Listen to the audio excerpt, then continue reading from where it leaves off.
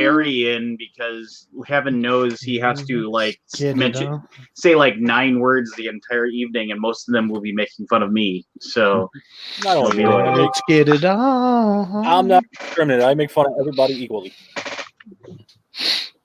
Hey, and we got Jimbo here too. Hey, Jim. Hey, how about that? All right, so let's just get it over and done with. Anybody got any grievances? Anybody got any grievance? Grievance. Hal, let's start with that new Star Wars trailer, Lance. We'll get to that. Anyway, the new Joker trailer actually I don't know if you watched the new one, the final Joker reveal. It's I'm interested in seeing that because I think Joaquin is a pretty good actor, and so I'm interested to see his take on the role. I mean, the stuff I've read is that it's all like it's outside of the normal DC universe or something. I don't know. Another I mean, it's like alternate multiverse.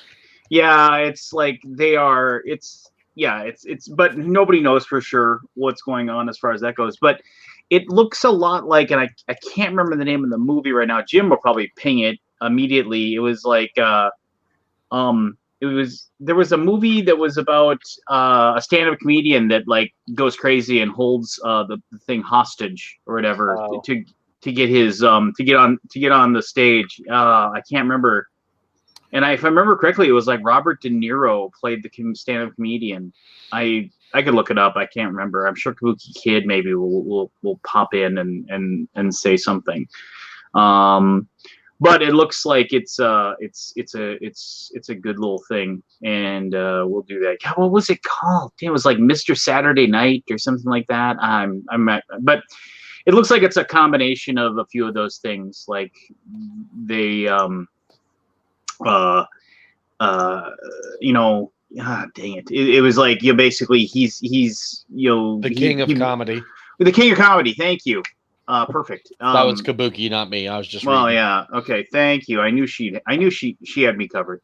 But no. So it was. So it's like he's a stand-up comic, and then it looks like he gets made fun of a little bit. Maybe he worked at Arkham Asylum. I think my wife just said my name. Okay, never mind. My wife did not say my name. Never heard that. Low-hanging fruit there. I expected better. Yeah, that happens with age. Yes. Even lower hanging fruit. No. Oh no. So.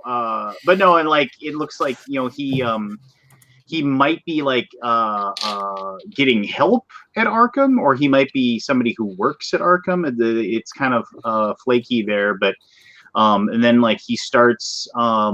It looks like he starts like doing comedy, but that like comedy that's making fun of the like the mayor or like the senator or some governor or something. And go watch the trailer; it's pretty cool. And then people start emulating him by wearing clown masks because he paints his face like a clown and he does his stand-up act and he starts mocking people. So I don't know. It looks good. There's a scene, I guess, like where they confirm there's a scene, and you might have seen it in one of the trailers where he actually like he's looking at a small child and he makes the child smile. He puts his fingers in his mouth and makes him smile. And they've confirmed that's young Bruce Wayne in that moment. So, I'm in on that one. I don't know. Have any of you seen that Pennyworth show on? No, I've heard that it's pretty good, but I'm just kind of taking a break from DC stuff. I've been let down more times than I've been happy. So, the Gotham wasn't a bad show. Did that wrap up? I liked Gotham the first 2 or 3 years, but then it just started running off the rails. I stopped watching after like season 3 or 4. Yeah, it got better towards the end. It did it. I figured it did. I just couldn't suffer through the middle seasons. Well, I did. I just liked how they. I liked how they kind of like really like the last bad guy that they could really mess with and like really do something was Enigma, right? And they really did a good job with both Nigma and Penguin. I mean, they did a good job with both of them. But a lot of it, though, just it seemed kind of ham-fisted and put together. I still want to go back and watch the whole like if it's ever on Netflix, I'll like watch like the whole thing from beginning to end and just like I did that recently and I've been doing that recently with my daughter in Star Trek. Like I'd seen like 90% of Deep Space Nine. Like I saw all the episodes, like the can't miss episodes, but I hadn't seen every single one. So I sat down and my daughter and I watched like the entire series. So just over the summer when we had a chance to watch one, we watched one. And I'm starting to do that with Enterprise, which is tough. Getting through that, getting through the song at the beginning is that is. It's weird. That is the worst. That is. I remember. What? My wife and I have started watching Enterprise. It's been a long road. So getting through. She always gives me grief if I let more than one note play of that song before I fast forward through the whole section. So like Netflix has the skip intro button where you can just hit it and go. But like just because my daughter hates the song and I hate it too, mind you. Like I take the controller and I hold it above her head. I won't let her. She's like, hey, just hit the button. Just hit the X. Hit the X. Nope. It's been a long road. No, it's horrible. It's just the worst. It's just the absolute worst. But man, boy. The first couple seasons of Enterprise are a slog. Yeah. Man, oh man. And I don't remember it ever getting really better. But let's we can definitely get through it. I think I can get through it. I've watched all the rest of them, with her. So no. Have you seen the new ones? Like the Discovery? No, because I don't have whatever weird channel that's other. Discovery does not have a soul. No. Discovery is all special effects and fast movement, and it doesn't. And they rely too much on profanity. They lost the spirit. They don't have the soul of Star Trek, and that's my complaint about the movies too. The movies are for people who like Mission Impossible. They're not for people who like Star Trek. The new ones or the old batch? The new ones. Right. I'll say this. Okay, so what am I got a grievance. So this is an old school grievance which I've complained about before vocally. And I think I've even said it here before. So like how like in I can't think of the the TV shows that are supposedly real life, like whether it's we got to flip this house or whatever, like the fact that because they have to get around the idea that I've called somebody on my cell phone, but normally you a camera watching me have a conversation on a cell phone, you can't hear the other person, right? So they have to talk on their phone like this. I'm using speakerphone and I got my phone out in front of me like this, and I was like, nobody uses a phone like that. Nobody does that, right? And now people have headphones, right, or the little Bluetooth thing in their head and things like that. But now I actually see people walking around and talking like that in their phones because they watch enough of this true life TV where they're like, oh, that's how we use phones now. It's like, no, I don't need to hear both sides of your conversation. So that's one thing that really bugs me. The other thing, there are certain things that I like, when you have these oh, we're going to restore this furniture or we're going to restore this car or whatever. It's kind of neat to see them go through the process of building the thing, even though I know that it's probably, there's a whole team of mechanics that you don't see that probably are in the entire process or whatever. I realize it's fake, but it's kind of neat to see the car, come to life or whatever. But those shows are always the same thing where they're every single time it's we need to get this car done in the next 7 days or, we're going to be out of business. It's every single time, these businesses are always hanging from this precarious thread that and they, oh, well, you got 27 more episodes left. So I'm guessing you made the car in time. It's the manufactured urgency and tension just bothers me a lot about TV. But anyway, that's just me being an old grump. Not I to guess. mention, I'm getting paid to do the show too. Yeah. Last time I checked, you're probably getting a check at the end of the day, for each one of these episodes you do. So I like the house flipping ones. Jen watches them, and she's like, "Oh, we could do this and we could do that." I was like, "Do you understand? They have a crew of like 15 people. To remodel a kitchen's a minimum of a week. Yeah, it's not done in a half hour." Yeah. I remember like the dream house thing. They did a dream house, one of those things where like they have like we have like 4 kids and 2 of them are in wheelchairs, so they come in and they redo the entire house because of whatever. Yeah. They did that in town, my hometown here in Moorhead. They did that, and like you can drive by the house that they redid, and they did an amazing job. But like it is a great deal of the work is done by local contractors. Yeah, and it was just like my buddy who works for he's worked for the local cable company for like the last 25 years. He's like he's like a microfiber and he basically he's one of their top level technicians. He was on site the entire day.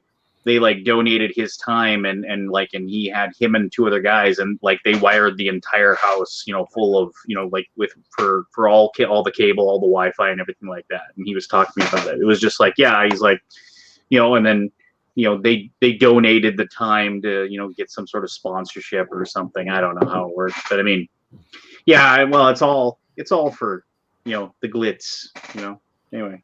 I was hoping 20 years after this voyeurism story it would stop, but reality TV is here to stay, I think. Oh yeah. But who watches normal TV anymore? Honestly, I don't watch TV hardly at all. Yeah. Period. If it's not sports, I'm probably not watching TV.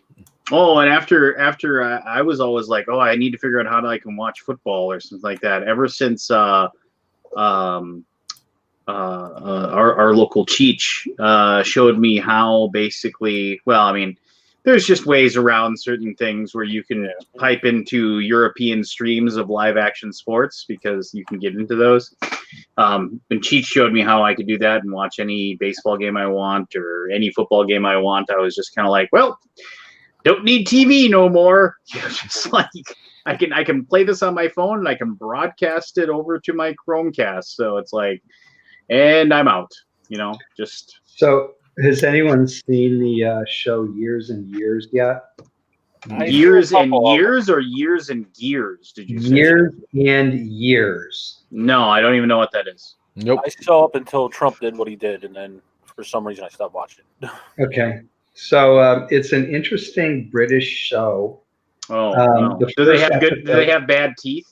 The first episode spans a 5-year period. They do the time sequencing really well. The villain is Emma Thompson, and she's just excellent in whatever she does.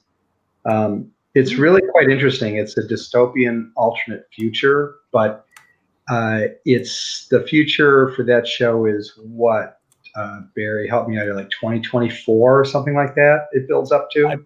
I believe it started now and then it added from there. Yeah, it starts in 2019 and then 5 years past the first episode. It's worth a watch for the first episode, at least. Yeah, it was. I have hard times with. I binge watch a lot of stuff because I have a hard time with scheduling shows. Like I forget they're on. Mm-hmm. Huh. So it's. I watch British shows with a closed caption. I don't catch some of the stuff that they say. Yeah, I like TV too. The acting is top notch, and the storyline is really. We got a Richard Ham. Hi, everybody. What do you got on your table there, sir? This would be the expansion for Gugong.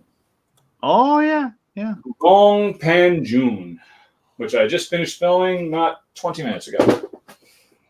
That hits Kickstarter here next week, Tuesday, I think. Yeah, something like that. Relatively, and then for those people that basically because they didn't print any extra of the deluxe Gugong. Like, so if you didn't get a deluxe Gugong, that's like they're gonna offer the deluxe one again. So Yeah. You're right. Actually, it does say deluxe edition right here on the prototype. Yep, and then you'll be able to get a deluxe version of the base game. Yeah, there's some if you big missed box out. thing, I think. Yeah, that'll be worth it. I got to play their Fujikoro. I'm interested in checking that out. Which one? Fujikoro. That was their Kickstarter last year. Oh, I don't remember that one. Yeah. I want to check that one out. Normally, I would have been getting a copy of it through my employer, but Too soon. no, it's fine. It's just it's fine. But I did actually finally get to meet Rudy at Gen Con. Rudy from Game Brewer, the guy who runs Game Brewer. Very nice gentleman, really nice guy. I had a very good meeting with him. And Indeed. he's not even paying you to say that. No, it was like it was very. Oh, no, good. you're thinking of this. I'm thinking of Fun Again, right? I got it all mixed up. No, so that'll be cool. Oh, can I have a grievance against myself? Sure. Absolutely. Anytime you talk bad about yourself, it's allowed. So Sure, everybody else does. Yeah, no kidding.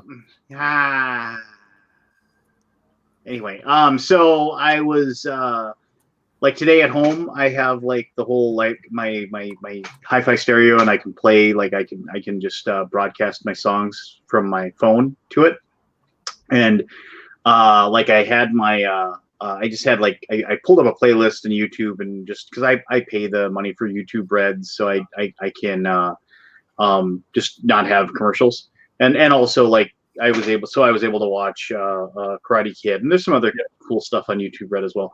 But anyway, so I was sitting there, and I like, oh, here's like a playlist, and it was just kind of like some older rock songs or whatever, and like Zeppelin and like some Tom Petty and stuff like that. I was like, okay, I'll listen to this, and I found myself rocking out to Bob Seger today, and I was like, oh my god, I've become my father. And I was just like, yeah, oh hey, all right, yeah, Bob Seger's, and I actually said to myself, yeah, Bob Seger's got some rockers. I was just sitting there, I was just like, oh man, Getting old, man, getting old. Yes. And I was actually like listening to the lyrics of Night Moves, and I was like, oh man, those are good lyrics. And it was like, because like I was like, there's this transition where basically it talks about how you age and like as you're getting older and all this stuff. I was like, oh, that's pretty poignant. And I was just kind of, oh man. Mm-hmm. Night Moves. Anyway, so yes, I felt very old today. As I was giving people shipping rates for fulfillment and researching that for the people, which is basically my job at Fun Again. I've been doing a lot of that. It's actually kind of cool, like finding it. It's like a cool little like figure out how much it's going to cost, how much that box is going to cost, and how much it's going to cost us to send that out and figure out all these different rates and stuff like that. See if you can compete. It's kind of a neat little thing to do. Yeah. Jim's giving me this like weird look, like, that sounds horrible. I'd rather have this tapestry behind me and be. No. Pete, It doesn't sound sexy. No, I'm editing. I'm editing cards for the new game. So Pete, this is not me trying to talk shop or sell, but who does Cool Media? You do your own fulfillment? You guys must do your own, right? This is the Alaboom now. No, shush. Lance just busking for clients. Oh no. No, we use Quartermaster. Okay, yeah, that's what I figured. It had to be like I for some reason, because I know you guys have your own pledge manager. Yes, we do. That's why I thought maybe you did. We have two pledge managers. We have the Geek Funder for regular pledges, and we have the old pledge manager. Now we use it for the retail pledges. So we use both of our own pledge managers to handle all of our stuff.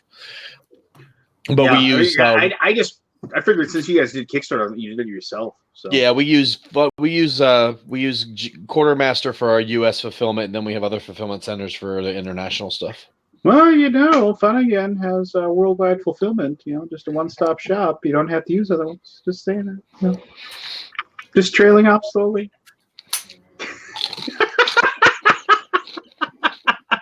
Is that a Dorito taco flavor? Cheeto. No, I need to go buy the taco flavored Doritos. I sent you that picture because they were like They're at like Target and Walmart now. I just got to go get them. I know, but at my local Hornbachers, which is this like local chain of grocery stores, they were like two big bags for $4. Yep. I was thinking about buying a bunch and sending them in a box to you. That'd have been funny to get a box. How much would that box would cost to ship? Well, I $6. can give myself a pretty good quote. No. Nobody has any grievances? Nobody's got any problems? No, it's been a pretty good week, actually. I actually got 2. Oh, okay. Barry, let's hey, go ahead, Barry. All right. There's Wawa up here, which is a convenience store. They make their own beverages and food and stuff like that. Did you say Wawa? Wawa, W-A. Okay. It's founded in Westchester, Pennsylvania, off of a bird, the geese, Canadian geese. They called it Wawa. Okay, I believe you. And their tea is my favorite tea.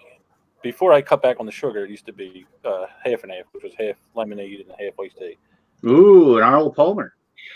When I went to diet, I couldn't drink the half and half anymore because the lemon it was too tart. It was like drinking straight citric acid. Okay. So I went to the lemonade or the lemon tea. But every once in a while, it's like they sit it out too long or something, and they just taste funny. So that's my one grievance. I got one today. Bastards. Yeah, it's a little upsetting. Other than that, it's a pretty good story. The other one is sort of like myself. I started playing board games again a couple of months ago to get my hands nimble again. And I was playing Shipyard. Was that you wanted that or your wife wanted that? Either one. Okay. Playing Shipyard, and I couldn't get past the rule book. And I don't know if I forgot how to read all the rule books or what, or if they were just that much of a pain in the ass, Did you just forget how to read? It could be that. Nah. Is it because you were high? Nah. Okay. I don't really get high off the weed. Oh. He's just not. I don't do the high C stuff. I do the lower CBD stuff. He just does a lot of it. Yeah, you have to. It's like coming off 180 milligrams of narcotics a day. I'm slowing down on it now, but yeah, it was something with the setup on that one. I just had a hard time with. It's like they skipped a step or something. I forget what it was. It's kind of interesting coming back into the hobby with this perspective, though. Yeah, I think what you're seeing is actually legitimate. Like, it's if you take even a small break when you come back and you sit down to read a rule book, it is a lot more daunting than when you read them all the time. When you're always chewing through them, you can pick things out faster, etc. Then you get into it and you're kind of slogging through it, and you're kind of like, am I in the mood for this? Because I don't remember it being this hard.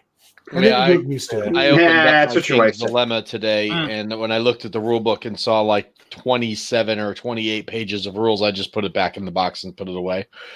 I'll wait till there's a good video of how to play that game. I'm not reading that many pages. It might be a little tough to do because that's like a legacy thing. But my game group, we're gonna hopefully get together on Saturday and we're gonna bust out the first session of King's Dilemma. I can't wait. I'm really excited. Yeah, I just want to know the basics. Like I saw 26 pages. I'm like, I only have like 20 minutes. I'm not reading through all that.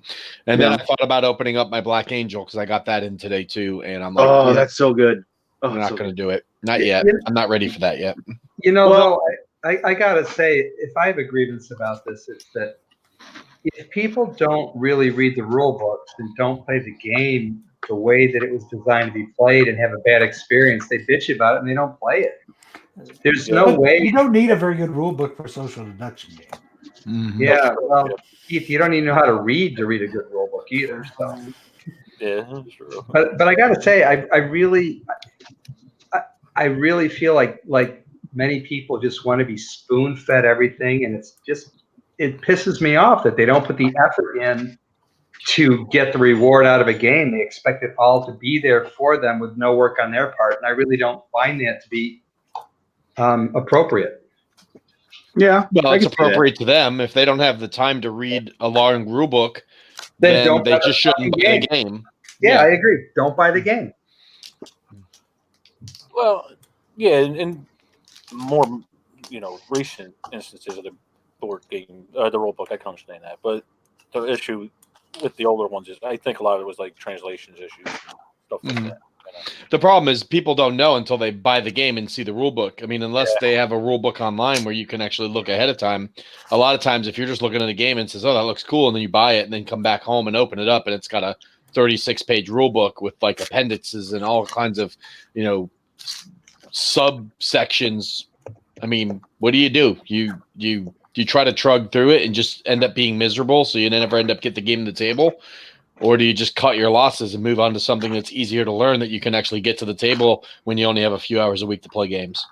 So if you're going to buy a game from someone at a convention, you should be able to look at the rule book there, number one. If you're going to buy it from a game store, my understanding is at least the people I work with say they need to be able to explain the game generally from the back to the bottom, and they should have knowledge about the rule book. Good luck. If you're going to buy the game on the cheap, blind, then you get what you pay for. Let the Game buyer stores beware. don't have the bandwidth anymore to tell people about every game that comes through. There's too many, and they don't have enough hours or the budget to be able to pay their employees to learn every game that comes through their door. I'm not saying they need to learn them all, but my local game stores know if it's a massive rule book, if there's a large learning curve, or what you're in for. They're not going to tell you how to play the game, but they'll be able to tell you this game's going to take you a while to learn. This game's got a thick rule book. This game's fast and easy to learn. And I think that that's the mark of someone that cares about the clientele, as opposed to someone who's just there to push product and wait to make their money off of Friday Night Magic. And the other thing is, I got to say that it's really, my impression is that most people put the rule books out there in PDF form anyway. Maybe they don't. Most good publishers will. Yeah, most of them will have a website with a PDF version of the rule book, or they'll link it on BGG or something. But not all of them do. People who aren't like nerds like us in this, they go online. It's like with me, before I start the channel, if the rule book was fucked up, I didn't deal with it. I didn't go online to look for errata or it off. It is what it is. In my mind, that was the publisher's fault. But I feel most people don't bother looking on Board Game Geek or their websites for rule books. Well, your average user doesn't. Only your more dedicated user is going to do that. Half of the people that buy board games don't even know about BGG. Yeah. All of this is why that Dized app is so important for the future of the industry. But seeing as how we have two industry publisher representatives, has TMD and your former Lifelance, or has CMON, Pete, shown any interest in adopting the Dized platform, which does work? It does teach people. Blood Rage is already on Dized. Play complex games. Blood Rage is already on Dized, and they're working on a couple of other games. Yeah. But as far as like as a standard for every game, no, not every game will get that treatment because it's just not. You know what I'd like to say? Not having to worry about any of that, right? With my job is so wonderful now. That's a headache for publishers, not for somebody that I'm downstream from that now. It's just kind of like what's Dized? Dized is a smartphone or iPad or tablet app that it's basically a development platform that allows developers like CMON or TMG or whoever to make interactive rule books that literally take you through step by step with animations and sound effects and all that. Right, put this out, and and they literally walk you through a sample game. And so by the time you finished it, you know how to play the game well enough and how to go digging for stuff in the rule book that the Dized didn't cover. It's D-I-Z-E-D instead of Diced. And it's good stuff. Like what Fantasy Flight did. Yeah, Fantasy Flight's adopted some of that too. Have they? Yeah. They have for a while. They're doing their own in-house thing, though, not with Dized. Yeah. Stupid. I remember not invented here. Not invented. NIH is the death of everything. I remember Game of Thrones. Arrogant programmers. Says the former video game developer. Yes. Hey, I was actually gonna as something. I'm sorry. Does anybody else have a grievance they want to air before I move on to some other hackneyed topic that we can talk about? Man, not really. Why do USB jacks just spontaneously die? Because they're cheap. But yeah. I think it's just from plugging and unplugging and wiggling them slightly here and there as they get plugged and unplugged. Eventually, you wiggle it to the point that plugged, and I never fucking touch them. And I basically burned like 3 days thinking every one of my cameras had died because, well, it can't be the hub because another hub I have in another room. Oh, it's also not working. And it turned out after a bajillion trial and error things, no, both hubs died at the same time. Or, specifically Jack 2 and 3 of this hub and Jacks 1 through 7 on the other hub. And a power surge or anything that may have fried them? Not to my knowledge. I mean, maybe some invisible one that I was unaware of. Is it a drive, Richard? Huh? Is it a drive? Is it a drive? Yeah, like.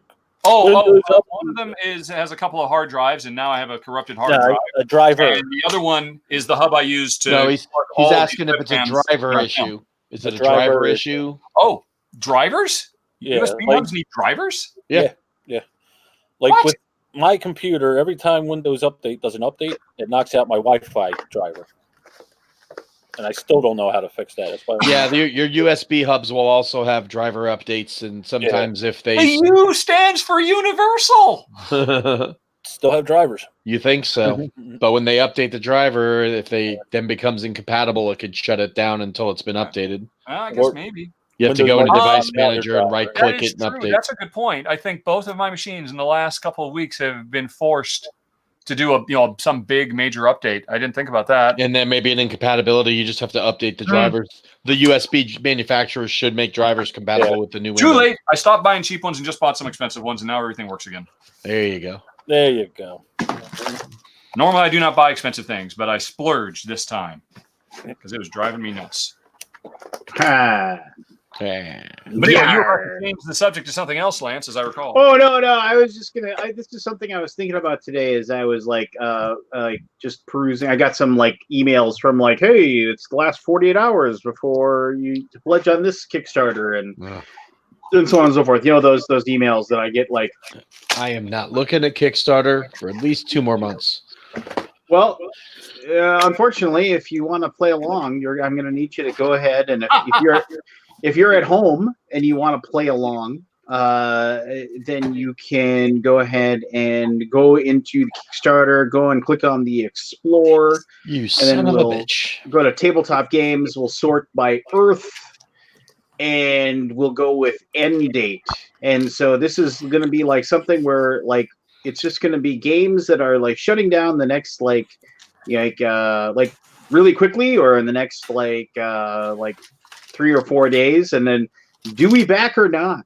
And we argue about whether or not we actually back it. And we can also make fun of the ones that have no chance of funding, that have just hours left to go, and you wonder what they were thinking when they decided they were going to try to make this game. All right, so we're going on games.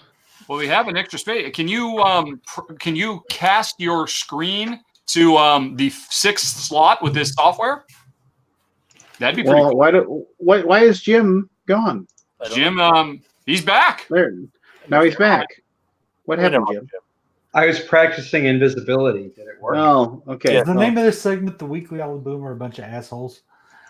Yes. What? Because we're probably going to be mean. Okay, so and some of these Tabletop Games, Earth, and End Date. That's what we're doing. Yep.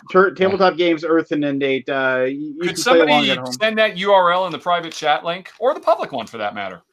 Why you can't type Kickstarter.com into your own? I'm putting shit away. You are lazy. I am. It's a very long day. Quit crying, it's in there. Yay! Why? Yay! You're an enabler, Keith. You're an enabler. If you build a fire for a man, he stays warm for an evening. If you set a man on fire, he stays warm for the rest of his life. So, but no, okay. So here we have, I don't know. That's weird. It's not a functional link. Wow. Yeah, good. I'm glad. You'll actually have to. You'll have to think. Good. So, I think that Married Life, which the Super Awesome Cool Dudes, which I actually looked at this and I just laughed out loud when I saw this. They are 99% funded. This is interesting because yesterday when I saw this they were 23% funded. on this. So I have to imagine somebody stepped in, probably themselves, and like gave them I know of some Kickstarter backers who have given themselves their own pledges to basically push themselves over the top. Yeah. Anyway, it's just that married life looks horrible. It looks like just like, hey, it looks like somebody said that like, whatever, that crazy card game that people that people don't worry about it. It's not that good. But anyway, Sleeping Gods has 20 hours to go. Ryan Lockett's most recent giant game. This link failed. Tabletop games, Project on Earth, sorted by end date. Yes. I'm not seeing the same thing. I'm looking at Yeah, I see Guar and Carnivore. Carnivore. Well, no, I'm not going to go with Guar. Who cares about that? I'm talking about games that we actually are with us. I know, but Me. they're nowhere on the page. Is anything? Or do I just have to keep? You're Scroll so down. scrolling three or down. four pages. Scroll Oh, I down. see. Yeah, Expand. there you go. 3 or 4 He's pages. way down. I have joined the club. Okay, there you go. Sleeping Anyway, God is the bomb. So here we go. Sleeping Gods, back it or not? Like, what's everybody's thoughts on this one? Not. You're not going to back it, huh? No, I haven't backed a Red Raven game in a couple games now. Why is I think that? he has good games, and I like his games. They're just not for me. I've played Above and Below, and I've played Near and Far, and I play them once, and then I don't ever play them again. So I've just kind of stopped until something else really grabs my interest. It's not a knock on them. I think they're good games. They're just not my kind of games, so I just stopped backing The them. interesting thing about this one, Pete, although with your ongoing evolution into a proper Euro gamer, this may or may not have impact, is this is probably the closest he's done to an Ameritrash game, I would say. Because it really dials down the Euro style resource management significantly.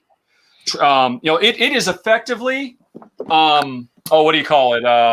Morrowind, the board game. I mean, it's more than any other game that tries to do this. It's a huge world. Pick a direction and just go in it. Go in that direction, and you will run into things and have adventures.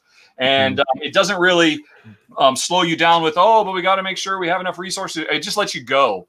And then it has a neat little combat game that's really unique. Very, very cool. But I having played it a bit more after I filmed it, that would be my one thing, is that the actual world traversal there, it's very laid back. It's very sandboxy. It is just like, Grand Theft Auto. I'm just going to go west and just see what I run into. And that's cool. And it's really invigorating and free, and very freeing. But I kind of miss his Near and Far style. Well, no, it's a bit more Euro-y, and it makes you have to make compromises and stuff like that. That's my gut response while trying to put this expansion away. So if you're up in the air on this one, you know it's going to go to retail. I'm not. I personally may not be up in the air on this. I'm just saying that this is like something that's ending soon that like some people might be questioning. Yeah. It's really weird, and this is just speaking as somebody who published games. It's really weird for me to see that he has estimated shipping, and it's like he puts it down to his estimated shipping is down to the penny. Like $14.82, $32.46, and so on and so forth for each one of the different regions that he has listed here. So I find that interesting that Ryan has done that. It's weird that like usually like who's using for shipper? What? Who's using for the shipper? Well, I mean, if it's just a post office, then they've got all those rates listed by region. Well, sounds like a cut and paste. Well, yeah, maybe, but I mean, with 10,000 backers, I can't imagine that he's going to be doing like going to go that route. With I mean, that's just my gut says that, I guess. Do these prices sound like they're higher than normal, or what I'm saying is he like pricing them down and adding 10% or something? I mean, it's weird. I mean, these are really competitive. as far as like, if I knew what rates were in certain situations, but that would be those rates will change by the time that game's ready to fulfill anyway, so it really doesn't matter. Well, and that's the other thing too, where it's kind of like, it definitely depends on like who is going to fulfill for him. I can't remember where I got. I don't know if it. I see. The weird thing is that I I wish I could just tell you, oh, hey, we're fulfilling this if we are, but this would have been negotiated before I came on, with everything. So it's definitely I don't know. I mean, I'm trying to remember like my last thing that I had from him. Wouldn't that be hilarious? Lance comes in, starts making fun of his shipping rates, and finds out I'm not making fun. I just said those are like what I'm guessing. Company is he using? Oh wait, that's us. No. When I even said those are very competitive numbers that was given. I mean, it's like so. But I just find it weird that because I know when we had our shipping rates, we just rounded them off. And just because of the fact that you had no idea if the shipping was going to change between the time that you had it and then when it came out, so you just had to kind of play it by ear a little bit. I do like if you go through the like the pledge levels, I mean, and you look at how like pretty much the number one thing that people are backing is the like the giant pledge, basically the ultimate like people trying to get everything, the big all in. It's like the $100 or more, the Sleeping Gods plus expansion. Well, I guess technically there's the $150 one that give you the soundtrack and the battle mat and stuff like that. But he's still got 1,700 backers in that one too. So it's just Ryan. Ryan's a one-stop shop. He designs his own games. He does all the art for his own games. I believe his wife did the music for that soundtrack. Oh, well, there you go. So I mean, he's definitely carved out his niche in the world. And I wish him the best. I think he does good work. Like I said, just because his games aren't for me doesn't mean they're bad. I think they're really good. He's a good artist and he's a good writer. I've not ever really I bought the first 3 games of his line that he came out with, and I ended up trading them all within a year. They don't stay on my shelves long enough. They don't get played, so I just stopped buying them. But he's got $1 million with 20 hours to go, and like you said, 10,000 backers. So he's doing it right. Yeah, he isn't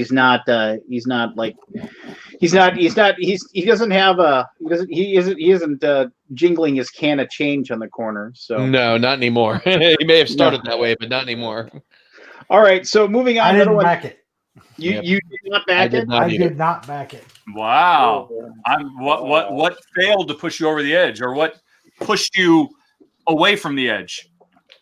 It just didn't draw me in. The art looks like great Ryan Lockett art. It looks like his other games. I was disappointed with Near and Far, even though I liked Above and Below. And this one did not draw me in. And it was yet another adventure co-op. I find that a lot of adventure co-ops just aren't doing it for me lately. There's a lot of good ones. I need to wait and see later. It looks like a big campaign that will never get played. So, kitten. Yeah, just happened. Lance got assaulted by a little bit of something. The kitten just ran up and just clawed my leg. That must be what it's not so adorable now. Well, no, it's really cute the way she does it, but it's really cute. That's the way she draws blood on my chin. It's so cute. Yeah. So yeah, I skipped it just because it's not clicking for me yet. Yep, I'm with you. I'll wait for retail. He doesn't generally do too many exclusives, so getting the retail version is not horribly different. It's probably going to be really good, and it's probably going to be one of those that everybody's talking about how awesome it is, and I should have backed it, and I'll be like, oh, sad face. I got a room full of games. Care about FOMO anymore. I'll get the retail version, and I'll probably still never play through half of it. So all the extra stuff doesn't matter if you don't actually use it. I backed it because I'm a sucker. Anyway. Yep, we know that. Next. Martin Wallace's Struggle of Empires Deluxe Edition. Now, God, you're jumping all over the place. Well, I mean, if you want to stop at something and talk about it, go ahead. But I'm just what about the one right next to Martin Wallace's Struggle of Empires? No. we're not moving on. Martin Wallace's Struggle of Empires Deluxe Edition. So, Struggle of Empires is one of my absolute favorite people not getting along, like quasi war / economic games. I have like my old copy. I've had it forever. I just they say supposedly the rules in this one, like the war is handled way better with this one, and but I'm on the fence. It's just like, as much as I love Struggle of Empires, I've only played it like twice in the last 3 years, and do I need to buy it? I mean, it's like $89 plus shipping to get the deluxe edition, which they're going to make available later anyway. That's Eagle Games. Yeah, you'll be able to buy it Yeah. at any convention for the next 3 years. Yeah, so it's like, and I mean, I probably won't. I probably won't end up backing this because of the fact that it'll. There is no like how TMG used to have the retail version and the deluxe edition. The like you said, just like you were able to pick up Escape Plan and all the stretch goals, all those other games that they did, you're able to pick them up at conventions later. And I could probably schmooze my way into a review copy anyway. I also passed on this one.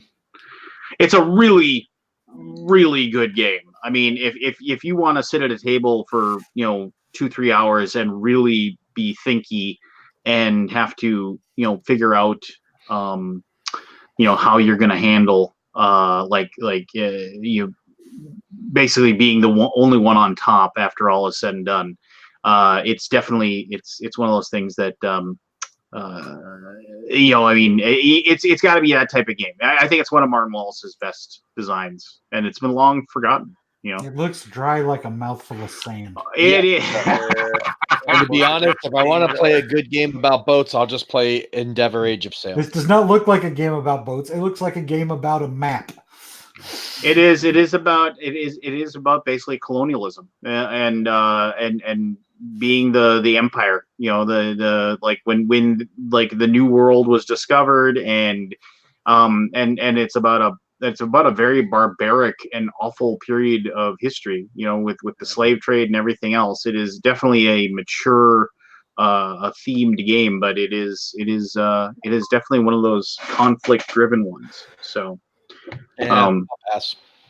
Yeah, I mean, it isn't for everyone. So, what are you gonna do? Martin Wallace isn't for everyone. Yeah. That is completely true. Stretch goal: upgrade the gavel to wood. Yeah.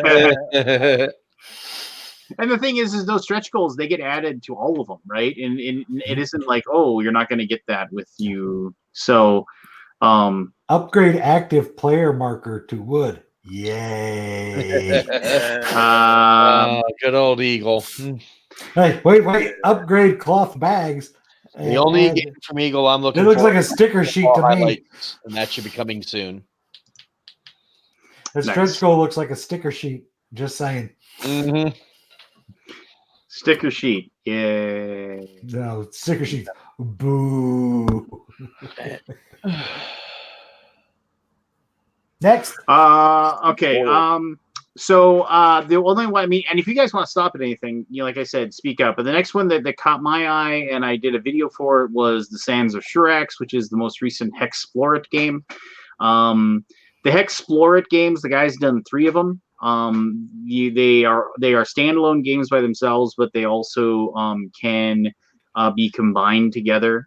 It is probably, if you're looking for, like, if you like playing games that are solo, or if you like playing games that are completely sandbox and they're fantasy themed, all 3 of these are amazing. And like, once you know the rules, you can play every single one of them.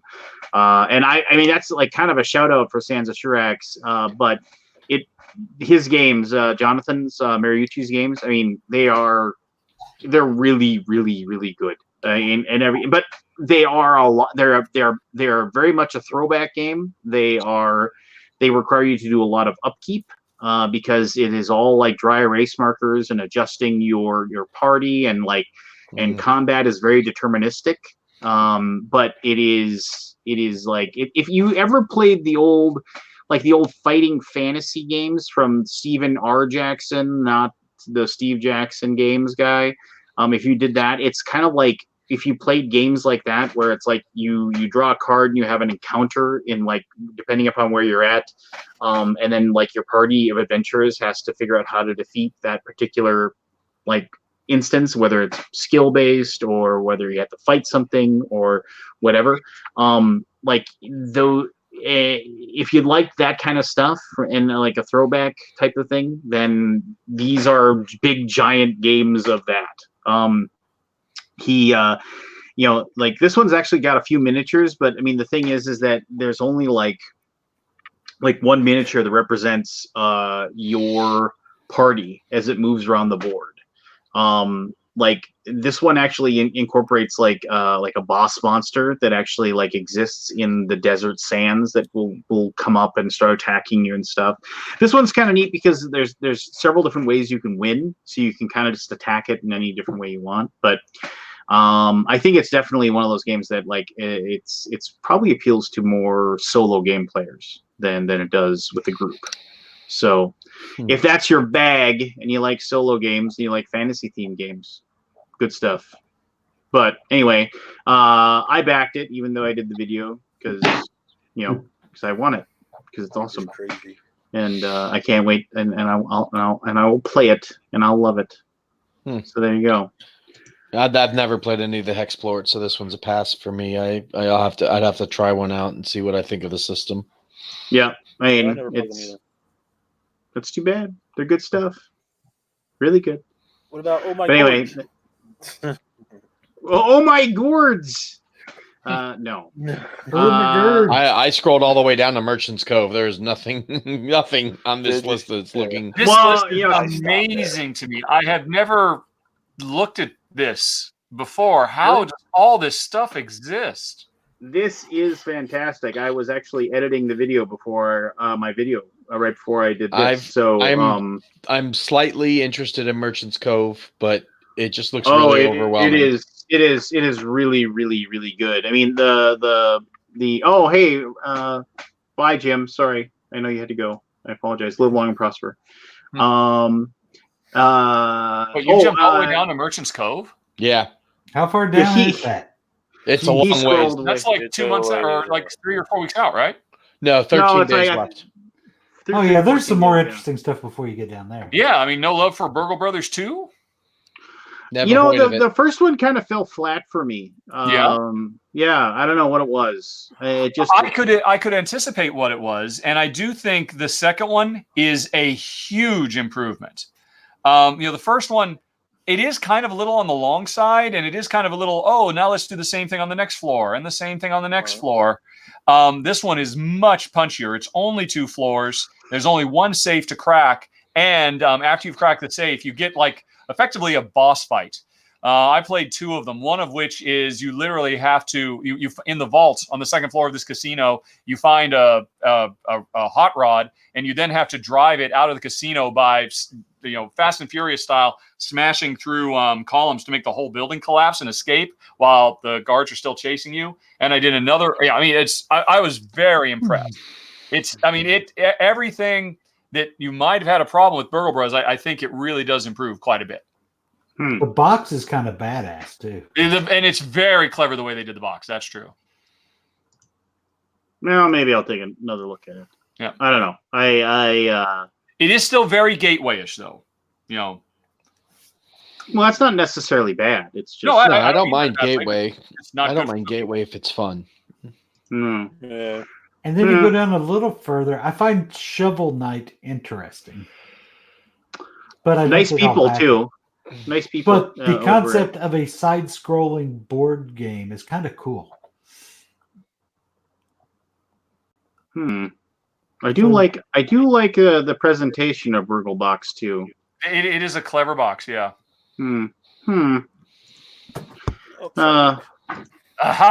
Gotcha. Clickety click click. My work here is done. Clickety click clack. I'll click on the remind me. So There I'll get an email in 5 days. 1 foot in the door for Tim Powers. Well, and plus it's Tim. I like Tim. Yeah, He's a nice Mr. guy. Indie, you gotta support him. I bet he might need some fulfillment too. Hmm. Yeah, no. As a shout out, You can now scratch mine. as a shout out to a really really weird game. Techlandia is like the whole game has like a weird sense of humor to it. Basically, the premise is that you are all tech bloggers that didn't get invited to the release of the brand new like super cool one phone to rule them all kind of thing. So it's like this company is going to release the phone, and they've hyped it up to be it's going to be the greatest phone of all time. And so, but you've started to believe that there's something really weird and nefarious going on, and so you smuggle your way in, and then you have to like basically find these like QR codes, basically by hacking into these different terminals and stuff like that. And the QR codes, you actually use your QR reader on your phone to see if you got the right code and stuff like that. So it's got like a little tech aspect to it as well. But the premise is that the company is actually a Cthulhu cult, and they're going to try to use these phones to destroy the world. You know, get everybody to like hype up this phone, and then that. So and it definitely it's like. The guy who designed it has a very very sarcastic sense of humor about technology and bloggers and whatever. I think he's actually a tech blogger himself, but not the most in-depth game of all time, but definitely fun. And I definitely think he has a sequel planned for it, because the whole premise of the game is you're trying to actually get the passcode that will allow you to get through like the upstairs party, and will allow you to go in the seat, like the special elevator that will take you down to the presentation, the actual real presentation. So I can assume and that's like the whole game. So I gotta believe that like he's got another game after this one that'll be about the actual presentation and making sure that Cthulhu doesn't get summoned and kill everything. So, but kind of a goofy little game there. What was the other thing that recently I saw on here? No. There's been a lot of RPG stuff that like has caught my eye, but we don't really talk about that stuff. But Kabuki, yes, I've got some RPG stuff that I want to do some reviews of to talk about here relatively soon. I demoed Tentacle Town with my daughter at Gen Con, and I actually how I said no when they asked me, because I read it and it seemed way too light. But it was. It's a total family game. Okay, yeah. It's but my daughter and I thought it was goofy. We just kept on yelling. Charming. Yeah, we definitely were like Tentacle Town, just like whenever we walked by, we laughed and said Tentacle Town. So, and then we said. Then we called it Tackle Town, and then so like you get tackled 10 times, and whatever. So anyway, I interrupted you. You were waxing rhapsodic about the loveliness of Merchant's Cove. Oh, Merchant's Cove is amazing. Have you played it? Yes, I have. I feel Grotto's video is on their website. Yeah. Yeah. No, it's fantastic. To bust out one of my old. Give me a 30-second elevator pitch so I can decide if I'm reminding me or not on this one. Well, do you want to do it, or I correct you, or you can correct me? I don't know. How do you want to go? Basically, it's a Euro game of goods collections, selling stuff to make points and all of that, but it has the root approach of 6 completely different mini games. If you are the blacksmith, you play a dice manipulation game. If you are the I forget what they all are now because I played it a couple months ago. But each type of merchant, every player is playing effectively their own little separate game with completely different rules. One of the games is very much like Potion Explosion. That's the Alchemist. One of the games is a kind of a rondel, almost like Mac Gert style game. That's the Time Traveler. And it's a really impressive feat that even though everybody's playing a radically different game as they make their own goods, what's pulling everything together is every round there's a bunch of ships full of people that are coming in that want to buy stuff, and we're competing to sell our stuff for the most money. All right. So, it sounds interesting. Yeah, and notice the Chronomancer and his assistant. Who do they look like? Rick and Morty. I saw that. Yep. Well, no, look a little closer though. Notice the vest. Oh, Back to the Future. Marty McFly. And yeah. Oh, so- Time Traveler. Yeah, that they makes cry more I answer sense. never and even picked up on that. Of course. That is the poster. Oh, I didn't even see that. Yeah, with the lightning in the background. And so, yeah, so each one of these people, the merchants, like, so the blacksmith, each one has their own rule book, like, to basically tell you how you play those particular people. And then you also have, like, the rule book for, like, how the game progresses. But then each person will have its own little thing that they have to do. And the really cool thing about Final Frontier games is they are, like, there's other companies that do this too, but they have completely and totally embraced what? What's right. up, Keith? Just wait. Keep going. Sorry. So Final Frontier games, like, they have completely and totally embraced the, like, medium heavy to heavy Euro, and they're like, this is what we're going to make. Like, and they have not shied away from it. They, you know, like, they're just kind of like, yeah, we totally know this is what we're going to create, and if you don't like it, well, I guess you don't have to back it. But people love their stuff. They have very good rule books. They have very good like art and presentation and components, and they just churn out like 1 or 2 games a year that are just fantastic. I thought that Rise to Nobility was like a completely underrated gem that got forgotten. In their first game, Cavern Tavern was like is still like one of my favorites. Robin Hood, you know, it was still really, really good. It was probably not as good in my opinion as the preceding two, but Coloma, which is in the process of coming out, was like Jonathan Pack, yeah, and that, I mean, the Sierra West guy, and you know, and his stuff is amazing. So yeah. Yeah, and he's also, I'm not sure if he's been hired as like a developer by them, because when I was dealing with them and, you know, having questions, I was actually talking with him quite a bit, and he's not the designer on it. No. So, and you know, and he is a sharp designer. His stuff is really good. So if he is from now on touching everything that these guys do, that I think elevates them quite a bit as well. Also, so everybody has their own interesting little mini game, and they're all very well designed. And but they all stand on their own, and they do interesting things within the genres that they are. And then the central game, the everybody vying for trying to get the right customers on the right boats, and oh, that boat, that's full of customers, and I can see you're making something to sell to all of them. It'd be a real shame if that boat ended up going into the other pier where you wouldn't be able to sell to them, wouldn't it? So there's actually a fair bit of brinksmanship and interaction, which I'm sure Lance enjoyed quite a bit. Very much, yes. If I can't crawl to victory over the bodies of my enemies, then I really haven't earned it. It's a very impressive title. I mean, it's everywhere near as impressive, almost, or not quite as impressive as Root, but I mean, it is up there in terms of its just the achievement of pulling all these things together, and it all works. It's really, really cool, and it's gorgeous, and it's got fantastic production value, amazing minis. I mean, if you like the art of the Miko, this is the first game where he's actually got real miniatures based on his art, which is nice. Yeah, I clicked the remind me button. I'm going to take a look at it and when it's closer. God damn it, Richard.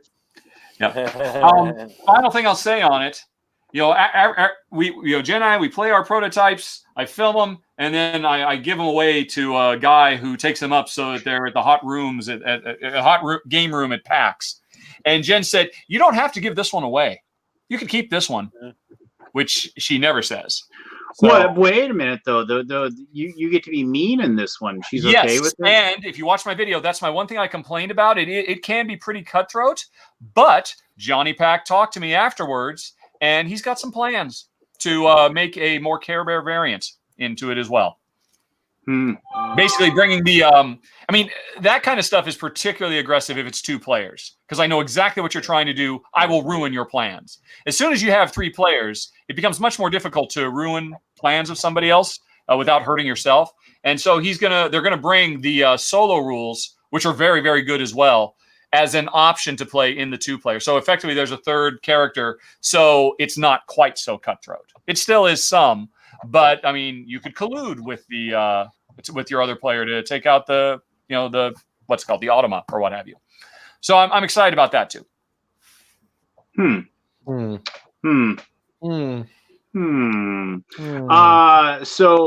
the scrolling down a little further, as I scroll down a little further, there's the two that I'll mention are Cryptic Explorers and Successors. So Cryptic Explorers is a game that that they tried to publish like a few years ago, actually, but they didn't get the funding, and so then they revamped the game and they came back and did it again.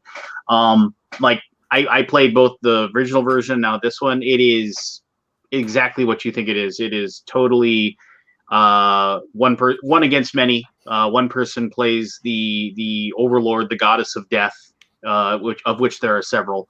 And then the other people play these people that are actually the Kryptonauts, which are actually trying to invade the realms of death and trying to basically seeking like death knowledges and like artifacts. And then once they're able to do that, then they can teleport out of the realm of death.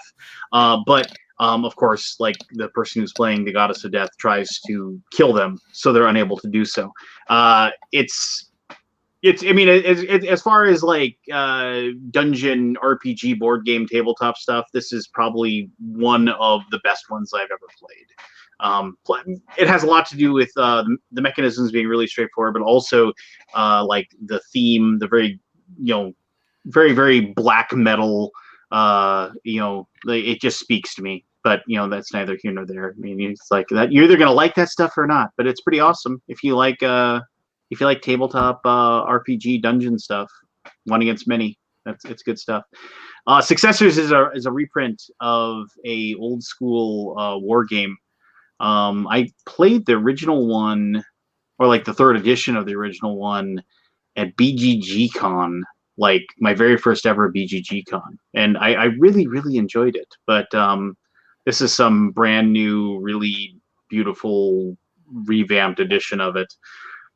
Made by Phalanx, which is that weird? Aren't they like an offshoot of Ares or something, if I remember correctly? Yeah, because they had you boot in the Ares booth, and I asked them, and they said they're like a sub company or something like that. Yeah. But I'm mildly interested in that, but I won't end up backing it. It's like I'm like, ooh, that looks cool, but then I'm like, I'm never gonna play it. So, it is a very old school backstabbing war game, though, which does appeal to me. But if I want to do that, I'll just play Game of Thrones, which is probably the best ever backstabbing strategic war game ever. So, what was I going to say? I was going to say something. Dang it! Think. Are them one against many games popular anymore? To the people that like them, I guess. I mean, I don't know. I mean, we're definitely in a world of people really enjoy the full cooperative more than anything, right? They want the bad guy to be run by artificial intelligence, whether it's rolling a die or drawing a card or something like that. Or the app-driven games have really taken a bite out. Yeah, that too. So I played the other day. I forgot how good of a game that is with the app. I would like to give a shout out to Big Fish, Little Fish, a print and play solo board game. It has $26 pledged and it's 65% funded. So I want to make sure that everybody else notices that the MS Paint artwork that they've used looks amazing. Well, somebody's launched a project just to draw in Pete. It's at $373 funding right now, which is called Shark Nerdopoly. Already backed it. Are you one of the 12? I am now. There's a chance. It looks so freaking horrible. But what is the price on that, or the goal? Oh, it's got to be 20,000. Tokyo International Shark Film Festival official game. The strongest mayor fights off a shark attack. It looks like it costs 4,820 yen to It's about pick up $50. the early bird, which is $46. There's 7 backers at that level. So only 7 people have backed to get the game.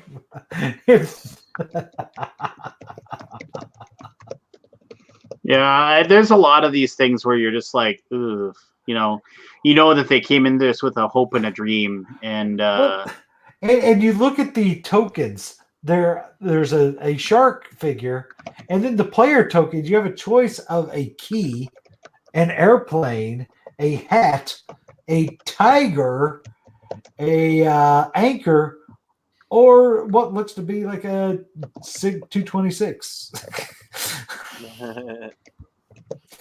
So yeah, I'm not sure what those have to do with sharks, but those are your tokens. You're attacking the shark. Sharks will eat anything. I guess it looks horrible, absolutely horrible. you know what? You make a better game. You make a better game. You're so That's smart. right. Okay, Yeah. well, I'll go look get at that Monopoly little and guy draw something trying on to it. make then. his dream come true. Yeah, and you just Like want to copying take a Monopoly with bad you want to sharks. take a poop in his box. Hey. And I'll make Whether he knows I'll it or make a not, he better gained game. him one Hold backer on. tonight. Hold on, I can make a better game. Let me go find a quarter and start flipping it, and that's a better game. What's up with this Evil Dead 2, the board game? So reboot? Jasco bought the rights to the original Evil Dead that Space Goat company that went defunct had. They redeveloped the game and re-released it, and if they hit their funding goal, they're going to make sure all the original backers of the defunct project get a copy for free. So it's actually kind of a nice like what Cryptozoic did for the Atlantic City game. They're gonna, if they fund, they're at 31% now with 15 days to go. But if they fund, all the original backers of the original Evil Dead game will get a free copy of this. So they're going to need to either tell the original backers that, like, give them a reduced price, because I think that's why, because they have like a funding goal of like $100,000 or $200,000 or something like that. mm-hmm. And I have to believe that it's that level because of the fact that they've got to make a bunch of free copies of the game and then have them send out. So likely they're probably going to have to do something where they can offer it at reduced pricing or something like that for the original backers. I mean, that's all I can think of, because of the fact that, like, I mean, it's probably not going to fund. I don't see anybody stepping in with losing the 7,000 or 8,000 backers that backed the original Evil Dead game, not backing this game to get a free copy is probably going to keep this one from funding. What they should have done is had them pledge, had original backers of the original one pledge to this and pay the shipping, like as a no reward pledge, and then that would have probably given them some extra money to help get them closer to funding. You would have to probably like have some. I mean, you could do it. I mean, you'd have the original backers. You could basically say, oh, this account backed it. So if that, if you try to scam your way into, getting the cheaper version, like, oh, well, you didn't back the original game, so you can't have it, and then refund that pledge and stuff like that. I could see that, but that would be a lot of work. It's easier. It would be a logistical nightmare. Yeah. It would be easier if you sold like pre-orders for it for the original backers and like just had them pay the shipping or something. Yeah. Unfortunately, I don't think it's going to come to fruition, but I wish it would, because I'm knowing I'm going to have a few unfulfilled Kickstarters. It would be awesome if a company came in and made that happen so that you don't get screwed. So yeah, I think it's a good story. I don't care for the game. I'm not a fan of Evil Dead, so it's not a game that doesn't particularly shine to me, but I may back it just to help contribute towards the cause. Groovy. Why? What? How are you not a fan of Evil Dead? That is like one of the yeah, it's like iconic. I mean, I remember. How are when you not a some- fan of Last Jedi? It's one of the highest grossing movies of the last 10 years. Dun 10 dun years. dun. Wait a minute. Until December. Let me get my beer. Here we go. Huh? I just woke up. Lance, I've you been have coming. a witty comeback for that? How do you ban somebody? And Yeah. no, I mean I can remember like a buddy of mine, my old friend in junior high, Darren Birch, saying, "Oh, I watched this movie Evil Dead 2. It was amazing." And I was just like, "Oh, what was it?" He's like, "Oh, it had like a motorcycle demon and it had all these things." I was like, "What?" And he's like, "No, I'll bring the tape over. We got to watch this." Back when you watched like VHS tapes, right? And I remember both being like, I was laughing, I was getting scared, I was like being disgusted. It was like, you know, when the thing explodes and the eye lands in the girl's mouth. And I mean, it was just completely over the. What? Is Sam Raimi dead? Has he just not made any movies? No. Well, I just can't think of any new movies he's made. I don't know. The movie is both horrible and amazing at the same time. Yeah, The Possessed they- Hand is one of the best things ever. The If Chins Could Kill, Bruce Campbell's autobiography is well worth the read. I'm sure your local library has the has a copy. Bruce Campbell was in town like for something like some like little like movie fest. And a buddy of mine said that he had gone into the local Barnes and Noble. He had just walked over to his own copies of If Chins Could Kill, and he had signed each one with like just without anybody knowing. He just gone in and signed like Groovy or Shop Smart, Shop S Smart, and stuff like that. And then I got the Groovy Bruce Campbell one. Like he bought like all of them, and like we paid him back, and it was just like nobody had any idea he had gone in and signed it. And it was just like, that's kind of cool. So somewhere in a box in one of my many closets in this house, there is a soft cover copy of If Chins Could Kill, and Bruce Campbell signed it. I can see you And really it's a- covered it. Well, no, but I mean, but it is a really because it's like If Chins Could Kill or Confessions of a B movie actor, and it is like it's kind of interesting the way he talks about, and it isn't just about movies and stuff. He talks about like all kinds of things that he had going on and stuff like that. So well worth the read. Like I said, if you go to your local library, they most likely have a copy. You don't have to buy it. Or another good autobiography is Died Standing Up, which is the Steve Martin. He wrote his own autobiography, and that is a page turner. It is like 400 pages, but you will read it in like a day. It is super good, super good thing. Oh, I could answer Pete's question that he asked Lance. The answer is because The Evil Dead 2 did not shit all over my childhood. Yeah, Not yet. fair enough. Oh yeah, thank you. And also, okay, fine. New trailer for Star Wars. Whatever. Richard's So- not allowed to talk about that. Come on. No, You know I better. mean, whatever. I mean, I thought the trailer before it was better, honestly. I mean, so I'm supposed to believe Rey went evil, or whatever. It's a clone, whatever. Moving on. Just like it's one of those like so Careful what you obvious. say, Lance. What do you Look mean? at The Last Jedi. Everybody thought they knew what the plot of that was. And look what happened there. Careful.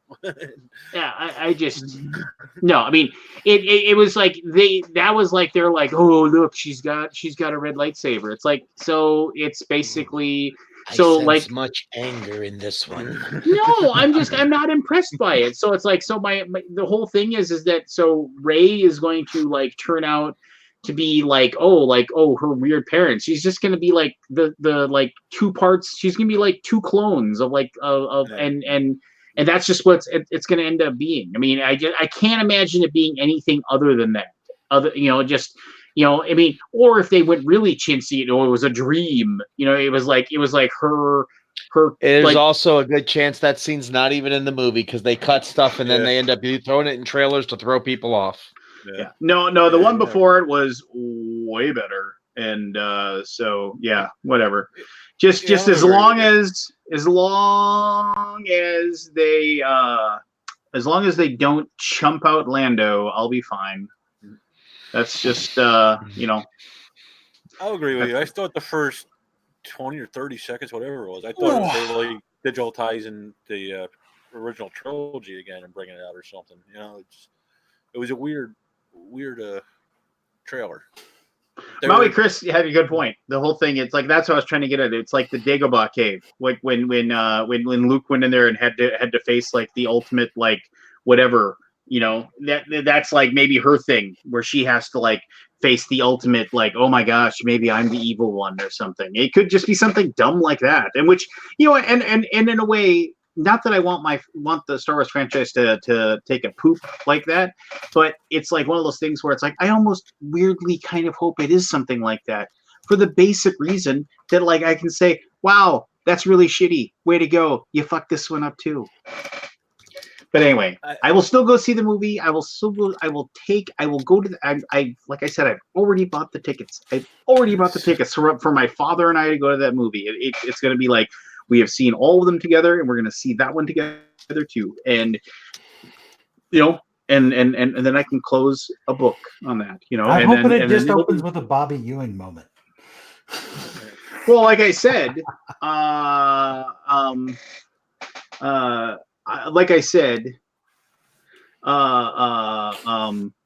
like I said, like if you could just have like Luke Skywalker wake up and like, you know, be like, oh, well, I guess that whole thing that was the last movie was just a dream. Looking at the movie and then just goes off. But anyway, and now tell Richard Hamm he can come back and we're done talking. We're done talking. I thought it was awesome. It was okay. I mean, I thought the first one was better. Yeah. Man. You just said so. Well, I'm gonna wait. I'm just gonna say, yeah. waiting for Richard to feel like he can come back. So we gotta wait. Well, And here he comes back. He says you're done.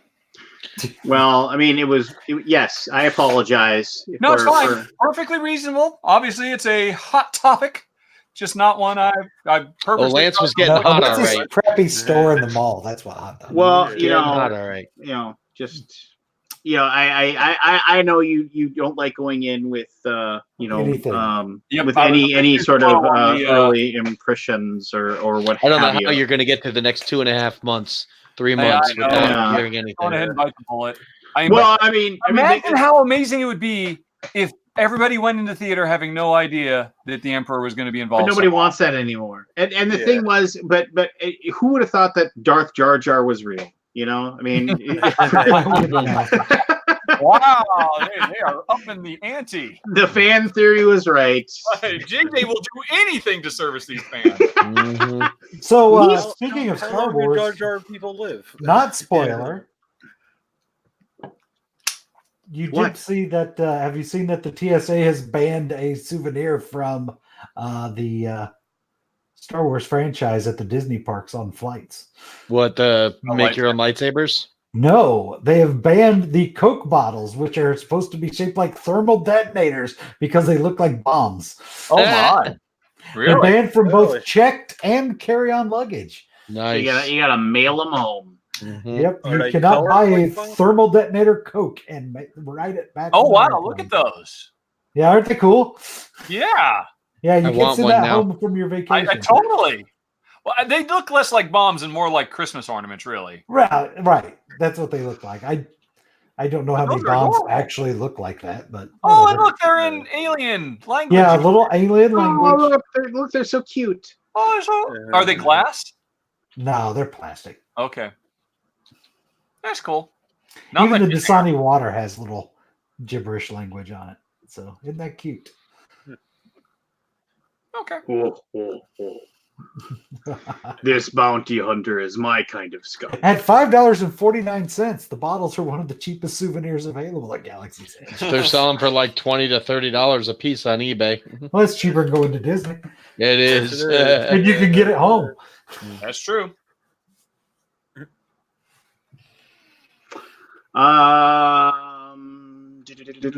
So, Richard Hamm, I'm going to get to go to my first ever Essen here in October. Excellent. You probably aren't going to go because you're not over yonder anymore. Yeah, no one's flying me out. Yeah. So and Pete, you've been to Essen, right? Nope. Never? Never. You're going this year though, right? Nope. You're going next year though, right? Nope. No. Hey, So you're going. What happened to your whole I can never go because it's 2 days before my anniversary thing? Because this is it's like the 24th through the 27th of October, and I got married on October 8th. Ah. So, yeah. So it's late enough that it's still cool. No. So what I'll end up doing with my boss Rick, and we're gonna help out the guy who owns Fun Again, Jeff. Like, we're part of the Cardboard Caravan, which is the whole, get everybody's stuff that they want from Essen back over yonder here, so they can get the fresh new coolness. So I mean, that's gonna be like we're just gonna be racing around, stopping at booths, handing out business cards, and saying, hey, it's like our people want like 10 copies of this. Let's make a deal and let's buy these from you, that kind of thing. So I mean, that's gonna be mine. But what if for people that have been to Essen, what is something like what is the best thing and what is the worst thing about Essen? The best thing and the worst thing about Essen. I mean, my experience going to Essen is pretty much what you have described. When I did go, I would basically spend all 4 days running around like crazy to pick up all the games that publishers had said they'd set aside for me, and lug them out to the car and just keep going for pretty much 8 hours a day, every day, fighting through crowds, just stopping every once in a while to get a drink of water. So Essen has never really been that much fun. My fondest memory of all the years I've gone was one time when I ran into Travis, or I didn't ran in. He scheduled. He said, we're gonna sit down, we're gonna talk, and he took me out to some patio, some secret patio that I had never seen, even though I'd been there for 4 years. And we just sat down and took our shoes off and sunbathed for a while and chatted. That was very nice, especially because nobody was there. Nobody knew of the secret patio that he took me to. But otherwise, it's just it's a zoo. It is not a convention that you go to play games. You'll see plenty of people just playing games literally on the floor of booths because they just bought and sat down. Parents and kids, tons of kids. On in booths, like on a floor in a booth, because they're even the biggest of booths, Queen's booths or Ravensburger, whoever, they will not have enough tables, and so there will be people in the corners. I mean, I've done it in years past. I remember the first time Jen and I went, we sat down and played Glen Moore on the floor. But I mean, this is maybe weird, but I mean, wouldn't you, like, as a person that's running that like booth, you'd be like, you need to get off the floor. Just like, I mean, is that? I guess that's just what I would think. If I had a booth, I wouldn't want people sitting. We didn't get pushed out. I mean, I maybe they're a bit more aggressive about it these days. And back in the day, whatever it was, 6 or 7 years ago, is a bit more freewheeling and laissez-faire. But I mean, the booths, as a general rule, they have a ton of tables. People camp them. And you can go up and say, hi, every publisher has their entire library of games. You can just walk and say, I'd like this game. I'd like to play it. And people sit down in these overcramped booths and play through the entire game. There's no, we're just going to play a couple of rounds just to get an idea before we buy it. There's very few demoers. It's a really different scene than what you are used to from, Gen Con or Origins or what have you. So, Richard, do you think a con like Gen Con or BGG Con would do well over there? Yeah, because UK Games Expo does. UK Games Expo, which is the biggest one in England by far, is very much follows that that mold with, hey, here's a place where there's infinite seating. Anybody can go over here and play games. But there's still a huge publisher presence, events and all that stuff, and it's a monster hit. Essen is really different than anything else. It's I guess it's because of the market. I mean, they're mostly just selling to German buyers, German families. Everybody's just trying to grab German parents who have brought their German kids to buy games, Get the and German because they money. took a couple days off of school. It's really odd, different than anything else. And yeah, for me, I don't mind not going. I should, because I'm going to really bitterly regret it in November when there's 1.5 million hot games, and I'm waiting until January or February for publishers to eventually send them to me when the second or third print run comes out. But I'm not. Actually, that's not true. I am sad for one thing, because a very good friend of Jen's and mine, we always stay at his place every year. He's a diehard gamer, and he lives in nearby Dusseldorf, so it's like a 15-minute drive. And so we just like hanging out with him. And after the show is over, because when we were in Malta, we could only fly on Wednesday. So we'd fly in on Wednesday, we'd fly out the following Wednesday. So we had a couple of days where, he just took 2 more days off, and we just played a bunch of games, which was my favorite thing about Essen. Had nothing to do with Essen. It was all to do with Karthik Sethi, the nicest guy in the industry.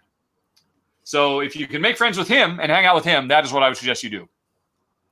Well, it's weird because he actually contacted me and told me how glad he was you weren't going. The truth finally will out. He didn't want to. He didn't want to have to pretend to like you once again. Yeah, finally. Yeah, because like your mom hasn't been sending him the checks like she did before. So. Yep. I don't know if that answers your question. That was kind of a mishmash. No. That was good. That was good. Thanks, man. I appreciate that. I just I get the impression it's going to be cool to be in Germany. I haven't been there since I was 18, but I will also be just running ragged, and it won't be like a lot of time to just relax. I'm sure there'll be. How long is it? Just like the floor is open from 10 to 6 or something, or how does it work? It shuts down. Everybody out, and all the publishers out a half an hour later, kind of a thing. There is no gaming scene at all. Any gaming you want to do is at hotels, and there are no hotels within walking distance, or very few, and they're booked up now. So you are going. Well, I have no idea what Fun Again is set up. Maybe they probably know their way around, but otherwise you have to take the tram into downtown Essen and stay in one of those places, and there'll be plenty of people playing down in the foyer of all the hotels in town, and I know there are some organized game events from local game groups that try to organize big get-togethers and stuff like that. Essen itself is not a particularly exciting or dynamic town. No, but Essen has no tourism industry. They have this, and that's it. Well, and whatever other conventions they do, because it's a massive convention center. So if you want to do fun German stuff, well, you need to be ready to get a ride with somebody or take a train for an hour to get to. So does anybody know why they do it there then? Probably cheap. It's like if they don't have much of a tourist economy, then they probably get really good rates and the ability to house that many people in that large convention center. It's been there forever, though, right? Yeah. Well, yeah. It isn't it's called Spiel, which is German for play, but everybody calls it Essen because it's just always been there. Is that where they were manufactured in Germany, or was it another city? Yes, all fun is manufactured in Essen. No,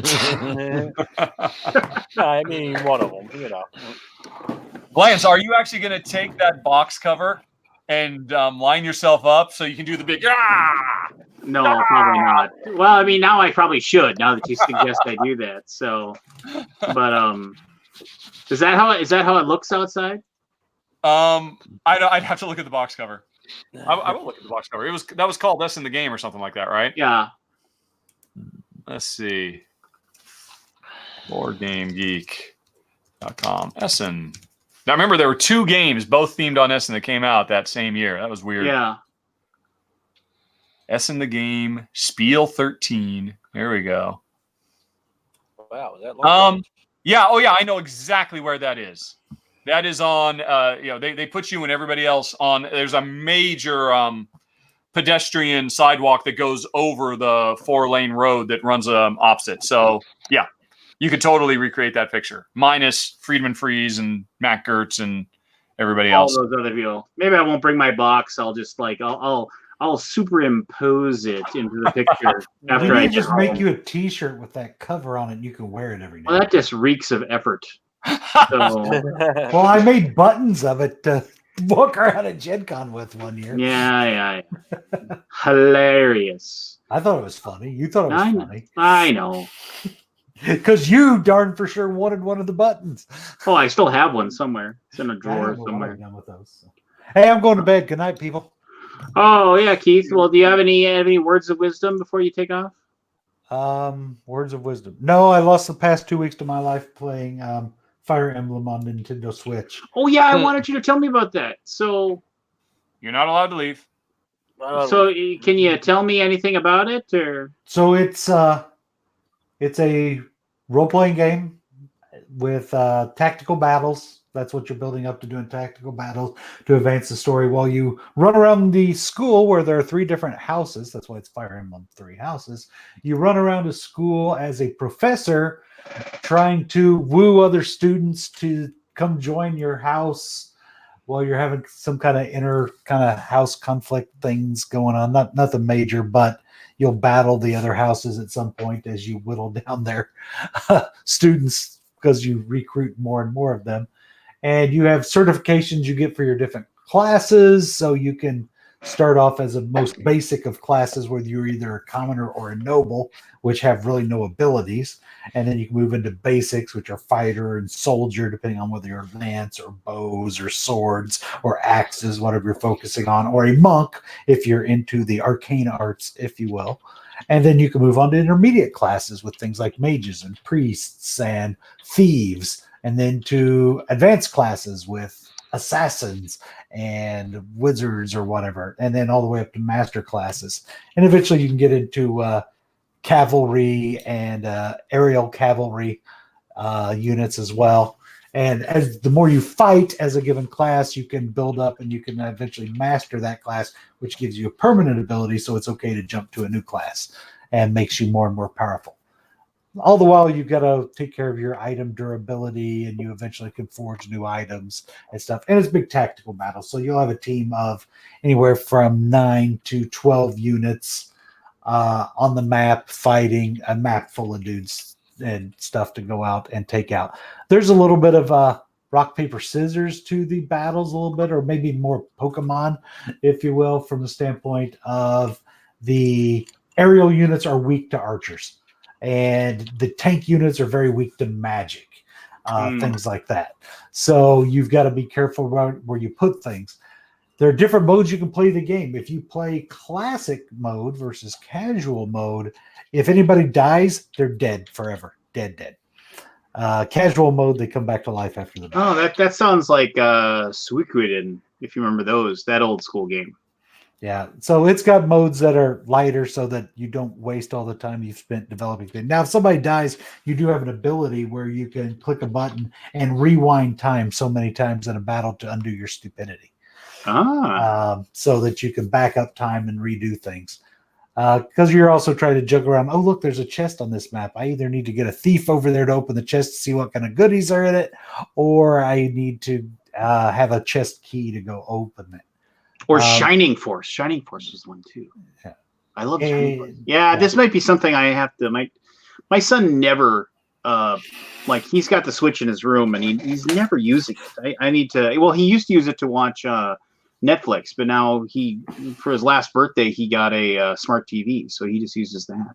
Yeah, I found it to be quite enjoyable. And it's got replayability because you play through the story once and you choose which house you're going to be the professor of. So there are at least 3 different pathways you can take at the midway of the point of the game to get different stories, apparently. So I have finished one playthrough. Then you can start a new game plus where you get to carry over a bunch of your crap. So you don't have to redo everything from scratch. You can spend some renown you get so that you start off better off in your next play. And then now I'm going through it again with a different house because I want to see how it goes. Cool. Yeah. Did you ever play any of the Valkyrie games that were like the turn-based? Well, they're kind of weird real-time turn-based games that were like they were on the PlayStation, and they were super super good. It was like this alternate World War II history with a like a weird fantasy aspect to it as well. Real cool stuff. But yeah, the no, setting sounds familiar, but I don't think I ever played them. yeah, this sounds definitely like something that I might have to pick up and play on the old Switch. Yeah, good stuff. Yeah, Jason, exactly that. You know what Jason Spiker just said in there. Oh, like look, Joel Eddy, he's just poo-pooing on the Switch. Oh, Switch, bleh. Switch is awesome because you can play your game on the toilet. Yeah, Valkyria Chronicles. There we go. That is exactly it. And you can download anybody who's got a PlayStation 4. If you like turn-based stuff, you can download the first Valkyria Chronicles, which is technically like the 6th game in the series. But Valkyria Chronicles, you can download it for like $10 off of the PlayStation things. And then yeah, there you go. Great stuff. All right. Well, good night. I'm going to bed for real now.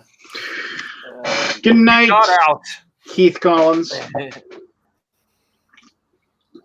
Joel Eddy's just lurking once again, even though he has the link, not joining because he's too cool for school. I had a buddy who would play the Final Fantasy Tactics games like constantly. Just like he would play those over and over and over again. And just loved them. I couldn't get into them because it was like, it would literally like one of those things where they'd have to, it's like, oh, you need to do like a practice battle like 20 times to like level up your characters before you go do the real battle. And I'd always be like, this sucks. So for those people who enjoy Tool, they're finally releasing a new album after 13 years on the 30th of August. Of which you can listen to. They've officially released one song, and you can, if you are clever, you can find it online. It got leaked, of course. So like somebody like said something. Where were you like 13 years ago? And like the last Tool album came out, because Tool is like one of my top bands of all time, and that would have been it was released in May. It was like May 6th, 2006. Was what it was. So for me, like it's so long ago. I was still, let me see here. June, July. I was still 3 months away from meeting my wife when the last two album came out. So since then, I've gotten married, had two kids. Quit my job in the corporate world and became a stooge in the board game industry. Not so once. What'd you say? Not once, but twice. Yeah, not once but twice. So where were you 13 years ago in May, Richard Ham? I'd have to go look at LinkedIn, I suppose, to see where I'm working. That's right. You can't ever remember anything. No, I do not have magic powers of recall like you do. Well, you just said you have to find like little moment. Well, maybe it was all the drugs you took, but you have to find like like your little moments, like you that you can associate with those things, right? Like that's how I do it. I think like, what was I doing? Like if you asked me like, oh, what were you doing in 2004? I'd be like, I was working at U.S. Bank and being a bum, Mm-hmm. But it's just kind of like, like usually I have no clue. Yeah, in 2006, I was in England. I had been at Lionhead for just over a year, which means the movies has probably just recently gotten canceled, which is what they hired me for. And for what? What were you hired for? I was hired to do the console version of the movies, which Lionhead and Activision thought was going to be their answer to The Sims. And it should have been, but unfortunately, the movies came out like 3 years too early because YouTube didn't exist yet. And if YouTube had existed in its current state at the time, it probably would have gone very differently for that game. But instead, Lionhead and Activision tried to, we'll make our own little YouTube so you can use our game to make your own movies and upload them. And no, people don't watch movies on or people going to watch video on the internet at that point. And so I was working on the console version of it because they knew it was going to be such a big hit, and I had done the console version of The Sims, and so it got canceled, and I was able to avoid a layoff and instead move over to be the lead designer on Fable 2. So that worked out okay. Wait a minute. So I don't even know what the movies was. The movies was a Hollywood movie production simulation where, you know, instead of building up SimCity, it was like SimCity set in Hollywood, where you built up the infrastructure for your Warner Brothers-esque business, and cultivated talent, and just had to deal with all the kind of stuff you deal with in a big I'm sure you played the hospital ones or stuff like that. It was that, but it also had, in addition to just running this simulation that will allow you to make movies, we included a movie making tool. So players could literally make movies using all the assets. And the movies kind of looked like, they look like The Sims, doing fun, silly little things. And it was going to be a really big deal. Everybody thought it was going to be a big deal, but it just turned out there was no audience for it. And it almost destroyed Lionhead, because it and Black and White 2 came out within a half a year of each other, and it also bombed. And so Black and White was such a horrible game. What happened with that? It was so bad. It was an interesting experiment, let's say. And Black and White 2 continued the experiment. And so it curled up and died, and movies curled up and died. And so Lionhead almost curled up and died. And it just kind of, everybody just focus on either you're gone or you're working on Fable 2. And I was lucky enough to be able to get into a lead position there. And then that's what I did for the next 4 years, I guess. Right? No, 2 years. Yeah, 2 or 3 more years after that. So that's where I was. We had just moved to England, and we lived in our little house in Guildford. We had Dobby and our dog. We loved going on walks in the country, in the hillsides. It was just like living in a movie. I remember the first day I went to work at Lionhead. I mean, I was so close because nobody drives. I mean, I worked with 35-year-old men who had never driven a car in their life, because that's just the European way. And I remember walking to work and listening to the Beatles on my Walkman. Was it a Walkman? Is it that long ago? Walkman or Discman, maybe. Discman existed then. I mean, Eleanor Rigby could be down any of these roads. This is amazing. I was young and 35, something like that. Yeah. Yeah. I remember, I was thinking about that, and I was just like, huh. And I was like, so yeah, like in 2006, like I was trying to think of, so I would have been, my wife was 19, so the woman who eventually became my wife was 19. So ancient history. Yeah. So anyway, but no, Black and White was horrible. That was just, it was ahead of its time. Let's just say that, as far as what they were trying to do. I did like how they were going to, like, and I know they didn't do it, but one of the, like, possible, they were going to, say that there was going to come in 2 versions, one with a black cover, one with a white cover. And if you bought the white cover, it cost $10 more, but that $10 was going to go to charity. And it wasn't, you didn't get anything extra. It just, the $10 went to charity, but then they decided, no, that would never fly. And they decided not to do that.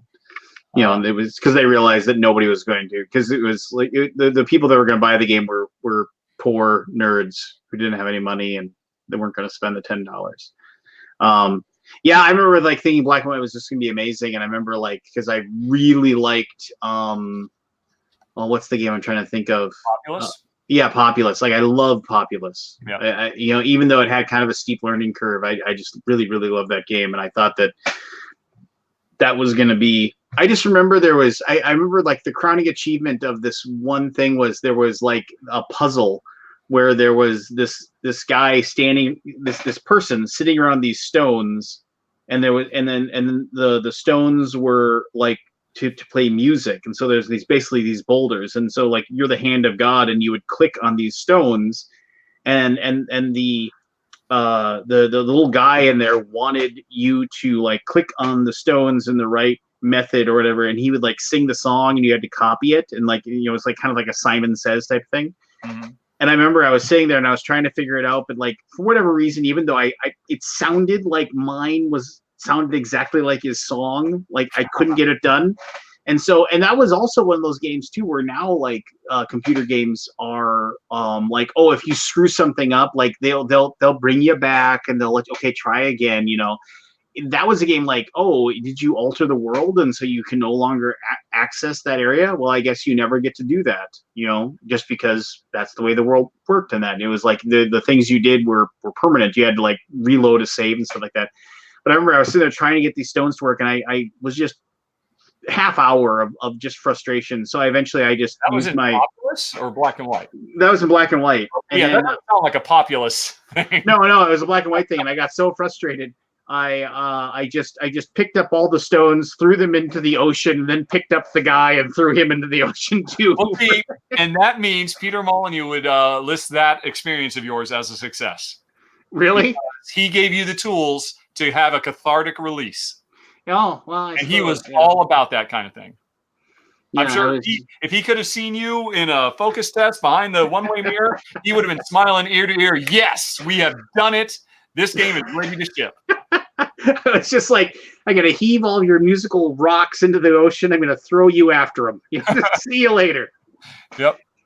You and your stupid puzzle to get my cow to learn a dance or whatever it was. My giant anthropomorphic animal. Made me so mad. But I was the kind of person that even if I was playing like theme park or roller coaster tycoon, like I would like, there was like I would purposely try to kill the people that visited my. Thank you. Theme park roller. That is what the movies was. The movies was a theme park roller coaster tycoon style simulation where you were running a movie studio. Yeah. Sorry, I don't know why I couldn't think of any examples because I'm terrible at thinking of examples. But sorry. No. That's cool. That's cool. Yeah. Peter, where were you in 2006? May of 2006. May of 2006. I would have been in Seminole, Florida.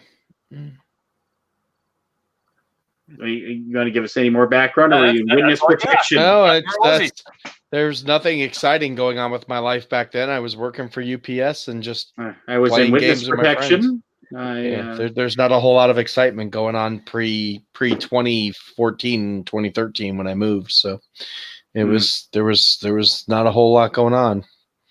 It was just boring old hanging out with my buds, playing games at the comic book store, and going to work. That was pretty much it. What was the name of the comic book store you hung out at? Emerald City Comics in Seminole, Florida. Do they still exist? Yep. They're huge now. They moved to Clearwater and opened up a ginormous store, like a 10,000, 12,000 foot giant mega store. So like kind of like that one in Dallas. Dragon Slayer. Yeah, like that one. Yep. No, the one in Dallas that's like absolutely huge. It's like it looks like a supermarket on the outside. Oh, I don't know that one, but yeah, I know what you're talking about. Yeah. It's sort of like that. It's a big old warehouse, and they've gotten more corporate now. But a smaller game store moved into their old location that was the one I used to hang out with when I was a kid, and one of the guys that used to work for Emerald City now runs the game store there. So it's kind of got the old flair of being the local comic book store instead of the big corporate store now. So when I go back and visit, I go back to the new store, which was in the old store's place, and hang out and play games there. Yeah. So, yeah, pretty cool. Somebody just said 1998. That was when Half-Life came out, right? Well, we should get another Half-Life any day now. Well, just like somebody like recently posted a comment on the Game of Thrones, the Game of Thrones board game review, which like has more views than anything else I've done, just because it's Game of Thrones. And like I was like, oh my gosh! First of all, one, I look so young. Two, oh my gosh! Like I had just got done reading Dance of Dragons, like the most recent book of Game of Thrones, and like there was only like one season of the show at that time, and they still don't have a Game of Thrones now. I was just like, I saw somebody post the comment. I went to look at the comment, and then I got mad in like 30 seconds when I realized all those things were true, and I was just kind of like, "Where's my next Game of Thrones novel? Damn it!" You know, just. But It's coming. there's still 2 more. We don't even just Maybe. maybe, yeah. Stephen King said the same thing about the Dark Tower series. He said that was going to go on forever, and that only lasted 9 or 10 or whatever it was. Well, didn't he finally write the last one? Yeah, Yeah. a few years ago. Yeah, he got it done. So But I he mean, started that in the 70s, I think, wasn't it? well, yeah. I mean, So he's got time. Well, maybe not. He's getting up there in age. But... what about you, Barry? Where were you in 2006? That was in Philly. In May, I would have been 27. So I was just training as a mechanic, except for the trains. I just passed the test, actually. I just left my ex-girlfriend before signing a house and a mortgage and all that. And, yeah, that's about it. Yeah. Yeah. What was I besides? Well, I was playing World of Warcraft really hardcore back in 2006. I was in a big 40-man raiding guild. I people have asked me repeatedly if I'm going to play WoW Classic. I was just like, no chance, none, no Wouldn't way. touch it with a 10-foot pole. No, I have so little time for anything. There's no way I'm going to dive back into that again. None whatsoever. And my daughter was like, "Oh, hey, can I?" She was like, "Can I play it?" And I was like, "No, you may not. Why? Because I'll see you play it. Because you'll use my computer to play it, and then I'll be like, well, I'll just log in here and see what's going on. I wonder if this game's any good." And all of a sudden I'll be like unemployed and divorced and and like trying to figure out some way that I can stay awake 24 hours a day so I can grind out something. Yeah, not gonna happen. But good for those people that can consume that game in a fashion that does not force them to lose their minds. Because when I got hardcore into World of Warcraft, that consumed my life. That was like all I did, which speaks a great deal to how addictive that game was, but also the incredible like just how they created like the perfect game at the perfect moment kind of thing. Because that was like before. I mean, with the EverQuest games and stuff like that, people still thought those were okay, but I mean, nothing like World of Warcraft. It's amazing. There's still EverQuest servers going on today. EverQuest and EverQuest 2 servers are still around. Multiple ones, not just one. Are those fan servers? Nope. They're still run by Sony. My buddy, one of my friends who used to be in my raiding guild in EverQuest 2, says his EverQuest 1 and 2 account are still both active. He can log in at any time and play under their free service, and then you can still pay a monthly subscription to continue on with the hundreds of expansions they've come out with since last time I played it a dozen years ago. But yep, they're still active and still going. They're still making money off EverQuest. Well, I mean, yeah, good for them. I mean, besides Warcraft, the other one that I really liked was the what was the one that was City of Heroes? Well, City of Heroes was okay, but that became such a grind after a while. It wasn't really fun anymore. It wasn't a good grind either. It was just kind of like an annoying grind.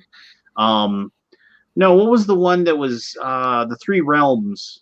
Like Dark Age of Camelot. Dark Age of Camelot. I really enjoyed that. That was the new one's coming out next year. Well, no, thank you. I Camelot Unchained. MMORPGs are a young person's game, and I am Not young. old. I am not young. I am old, and perhaps if I can, early retirement in 65, and I can play in like some sort of virtual world, and I can just plug in. I'll never be able to relive those days then when I used to play Ultima and Asheron's Call and Dark Age of Camelot. I used to play all those games. I loved them. Star Wars Galaxies, City of Heroes. I never will have that kind of time again. Maybe when I'm retired. Those were all great games. Yeah. So because with Dark Age of Camelot, I played PvP exclusively. I played both. I had my level 19, my level 29, and my level 39. And I just whatever I would, and they were all. I played Albion, and I played the stealthy archer, the scout, infiltrator or scout.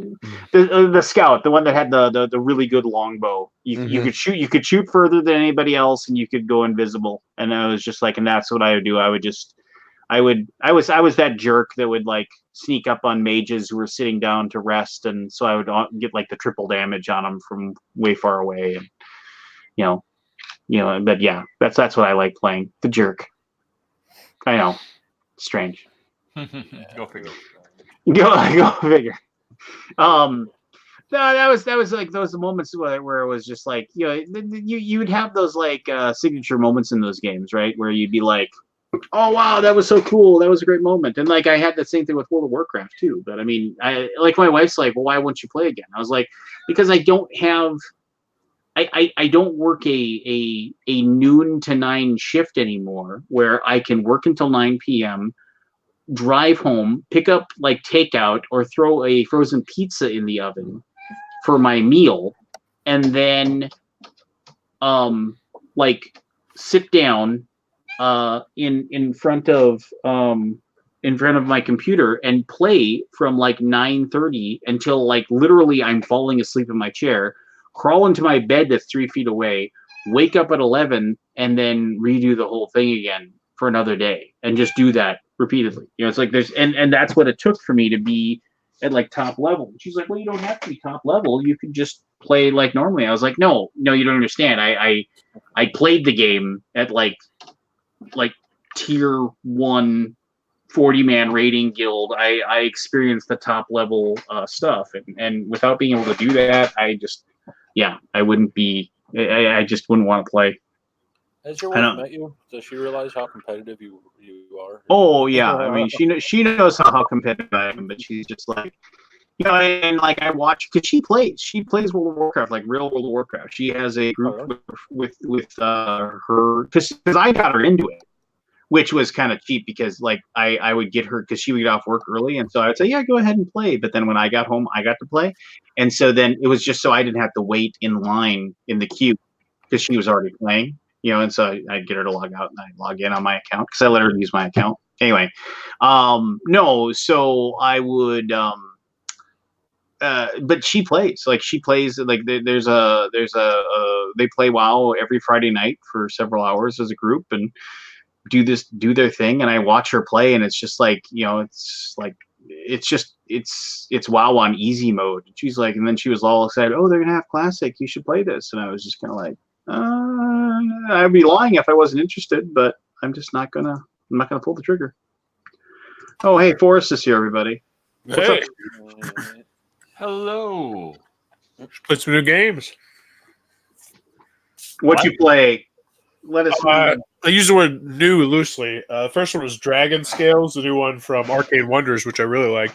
Yeah, that's Dragon's Rampage redone. Yeah, that's good stuff. And I love the original Dragon Rampage, so yeah. And then the other one was I played Thanos Rising for the first time, which it's awesome. Really like that one. I'm also expecting a huge shitstorm tomorrow, which will be a lot of fun. Oh, dear. What do you do now?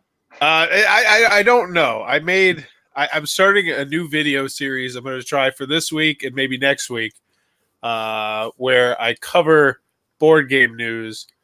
in kind of a Saturday Night Live weekly update Oh, format, geez. where I try to be funny. And the responses I've gotten so far from the 5 people I've shown it to have all been negative, with one that was like, it's salvageable. I think it's a cool idea. So, Is it because you're not funny? there's a couple reasons. First, it's too slow, so I need to speed up the teleprompter a bit, which means I'm gonna have to talk faster, which I do agree with. I need to put more images in, which I just figured out how to do. And then the big complaint that I got was, if you don't know anything about board games, you're not going to get any of the jokes, like, period. Like, it is hardcore board gaming stuff. Like, I'm joking about, like, diplomacy and, like, Lay a joke on us. Lay one of your, give us a glimpse. Like, do your best Norm Macdonald. Get your teleprompter going. And give us a live representation. Right. Come on. I got the teleprompter. Give me a second. I'll grab it. All right. Don't forget your tape. Oh, I'm excited for this. I am actually excited for this. Hey, Richard, can I shop talk with you for a second here? Sure. What camera do you use now? I am using a I'm only using webcams now. And so my overhead is a Logitech Brio, which is a camera that can record 4K. That's why I got it. But unfortunately, my laptop cannot consume 4K fast enough. So I'm using 1080p. That's okay. 4K is ridiculous anyway. Well, the reason I wanted to do it was it's a single static image of the entire thing. And if it's 4K, I don't need that resolution there. But that means I could zoom in to specific parts of the board, at which point those would be 1080. That was kind of my intent, but my laptop just can't handle that throughput. But I'm still pretty happy with it at 1080. All right. Yeah. Okay. Cool. I was just. Is that like your top end one, the Brio? Yeah. It's really good, but something that nobody will tell you about if you watch reviews of it on YouTube is it will not save its settings at all. What? So every fucking time I start up OBS, I have to go into properties, increase the contrast, change the gain, turn off the backlight compensation. I've almost got it memorized now. I have to do it like 2 or 3 times a day. And I looked online, and Logitech offers no support for this. They say it's a feature that, yeah. And so basically I should be recording with their software, but their software is very simplistic and won't do very much stuff. What software do you record with? OBS, Open Broadcast. Yep. I know what you're talking about. Yeah, it's free. Well, yeah, it's free and you're cheap. So, yep. No, that's interesting. Thank you. All right. So, do we need any preamble? Do we need like a weekend update news or something? Or I think so. Here's the other thing that I got, which was I went for incredibly deadpan, super dry, and 2 of the people who are board gamers were like, I wasn't sure what was a joke and what was serious at any part of it at all, even though I tried to emphasize the jokes more. But so here's just one of them. In a surprising announcement, IDW has announced the release of a comic book series based on Eric Lang and Simon's popular game Rising Sun. The comic book is set to be written by Ron Martz and David Rodriguez, aka the co-authors of Skylanders. According to the press release, the story will introduce Chiyoko of the Koi clan on a mission to save Japan from dragons and monsters. However, her biggest adversary might reside on her own team. This mini-series is expected to provide exclusive content promising to enhance the gameplay experience of Rising Sun by fleshing out the story for the game's many fans. Upon this announcement, tens of fans were quoted as saying, "Wow, that's kind of neat. I might have to check it out." That's not bad, but you have to get rid of 90% of that lead up. Yeah, I think that's the big issue. That was what someone else said, was there was too much news. Well, the problem is, here, well, that's actually pretty cool. And now you had to be dismissive of it from the start. So how about this? Can I give you possibly a better punchline? Like you could say, upon hearing this, you could say, Bob Schmeltz of Ohio, the only person who enjoyed Rising Sun more than Blood Rage, said, "Awesome!" That wasn't better. Well, here's what I'm going to do. I'm going to get my buddy in on it. We're going to we're gonna go down to my basement in international waters, and we're gonna do it next week together.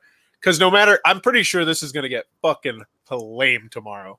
Like, I absolutely expect to just get mauled. And here's the other thing: I'm not sure. Like, I really make fun of some shit, like some stuff. Like I mentioned you in there once. Well, no, it's about how it's a story about Orleans stories, and how it's coming out. And then I segue to how Tasty Minstrel Games is probably going to be the partner in America. They recently made the news from releasing Rockstar guru marketing guy Lance Meister. I used the picture of you with your kitten. And Nice. when CEO of TMG, Michael Mendez, heard the news about the upcoming Orleans story, he said, fuck yes, but I bleeped it out. You rock. Dollaritas on me when you come into town and stuff like that. Talking about how pretty much Tasty Minstrel really needed that. Like, I don't know. It might be dead next week, but I'm really nervous and excited. Like, I'm to the point now where I expect it to be just critically just mauled by everyone. And I even said at the end, give me your brutal, honest opinions in the comments below, which I almost regret now at this point, but Almost. I don't know. Hey, at least you're trying something new, man. I know, that is bold and brave. It was a high I gotta say, though, the worst thing would not be getting brutalized. The worst thing would be just a whole bunch of, oh, okay, and not saying anything one way or the other. I think people are going to comment, and it's going to be negative, but I'm excited. I'm excited to read the comments tomorrow. I'm not going to look at them. I'm going to post it in the morning, and then I'm just going to let it sit until like I take my lunch break, probably around 3 o'clock, and then I'm going to read them all and just bask in For the kids. I'm sure that will go well. Wow. I actually had some cool news where I'm the only person in my work allowed to use Instagram at work now. Because I post about playing all the games with my class, and my boss was like, yeah, I noticed you've been posting on Instagram. Some of your kids were talking about it, and that's like strictly forbidden. Like, we're not supposed to use social media at all, even though it's not really that enforceable. It's just the kids were talking about it. I was like, yeah, that's how I get all the free games to play with the kids. You said, yeah, fuck yeah. And that's why I'm going to pull it. See, that He slaughtered it. Here's the thing. I've already reviewed it. I'm giving it like a 9.5, 9.2. I loved it. I will say a lot of the rules that he mentioned in the rule booklet, I didn't notice those issues, but he pointed them out very specifically, which was great. I actually made an addendum. I'm going to make an addendum in my rule and say, I missed a bunch of stuff in the rule booklet that apparently are screw-ups. Here's posted down below. But does that mean you played it correctly, or did you play it wrong? We played it correctly. Most of the stuff he complained about were how it said something different here and something different there. Oh, yeah. So they were just things in the rule booklet that he nitpicked that I didn't notice, which, I appreciate because I nitpick rules all the time, so I'm not faulting him there. Yeah. Yeah, but I'm going to link people to his video because I thought it was a very well done video. I just strongly disagree. I love the hell out of that game. Wow. yeah, Good night, everyone. It's super Good good. Hi, Pete. All right, good night, Peter. See you next week. Yep. See you next week. No, that's lame, but I mean, it's super heavy.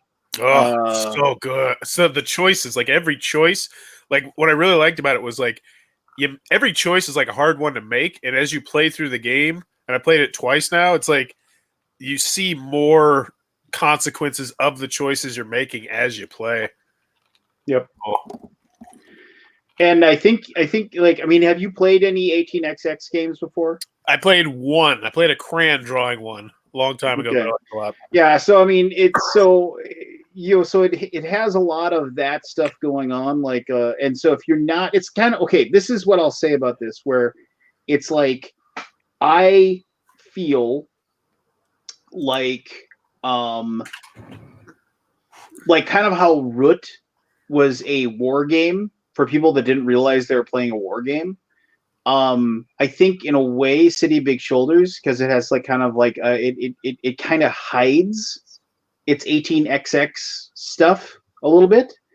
So like it's like, oh hey, you get done playing that and you'd be like, oh, so did you like it? Yeah, I liked it. Oh really? Okay, well you just played a game that has a lot of 18xx influence on it. And then they'd be like, oh, I had no idea. Maybe I'm all wrong about these giant things that I've never played before. You know, that kind of thing. So See, I don't write any games off though. Like the only reason I've only played one 18xx game is because that was just something someone randomly brought to game night one night. It's just like it's never like, hey, I got this new 18xx game. You want to review it? Like it just when I interview people, I don't think I've ever interviewed anybody practically about 18xx games. It just doesn't seem like.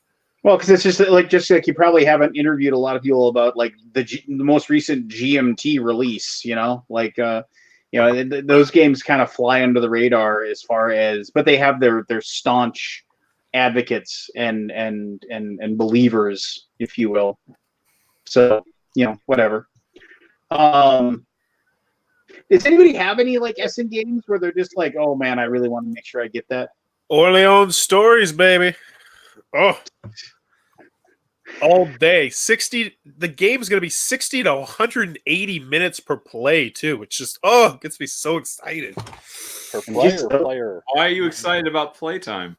Because I want to play Orleans for 2 hours or 3 hours. So you're excited about the big number, not the little number. No. I don't want a 60, but yeah. The heavier the Euro, generally the better with me. I don't get to play them as often as I'd like. I mean, I like light, medium weight Euros, but heavy Euros are, they're my jam. I'm getting more and more into them. Hey, I was going to ask you this. Can you usually get your wife to play games with you or no? Depending on the circumstance, maybe. Why? What's the? Well, I was wondering if you picked up Watergate or if you played it, because that's really good. Oh no. I pretty much have to beg her at this point and say, hey, I really need to get this reviewed on a timely basis. And then she'll do it, but she wants me to have it all set up and write all the rules because I burned that bridge with Kickstarter games. Oh, really? Well, the thing was, and she brought the gasoline though because she insisted on reading the rules, and I was like, "No, dear, no." She's like, "You're terrible at teaching the games," and I'm like, "No, don't read the rules." I'm terrible at teaching these games because the rules are so bad. Because I used to not charge anything at all, and not as Richard smartly does, cycle games, siphon games out. I was just like, sure, send me all your shit. So I was getting rule booklets on the back of like here's my rule booklet. Yeah, check it out. It's on the back of this IHOP menu. Oh man, there have been games and like there's been a fair number where people have like, oh, this is my game and this is the theme and everything like that, and like I'm like, well, do you have a rule book? And they're like, well, the rule book is still like in being finalized, but. And I'm like, well, okay, can you describe the gameplay to me? And okay, that sounds like it's pretty good. Like, okay, I'm interested in reviewing that. So here's my deal. Blah blah blah blah. This is,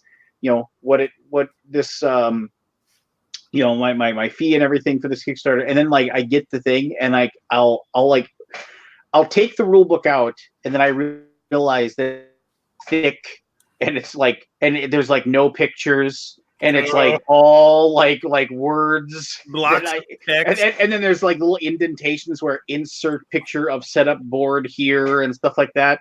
And I'm like, yeah, we're just gonna go ahead and just say no. I just like, I'm like, it has to be absolutely amazing for me to get to that point. But yeah, I just, thank you, but I'm just going to go ahead and cancel that invoice. Don't worry about paying it. If you want to give me $15 by PayPal, I'll send this back. Just like, because that's another thing too. I'm like, well, can you send the game on to somebody else? No, that is such a giant pain in the unless they send me I'll tell them send me like a shipping label, like because you can buy a shipping label through the post office.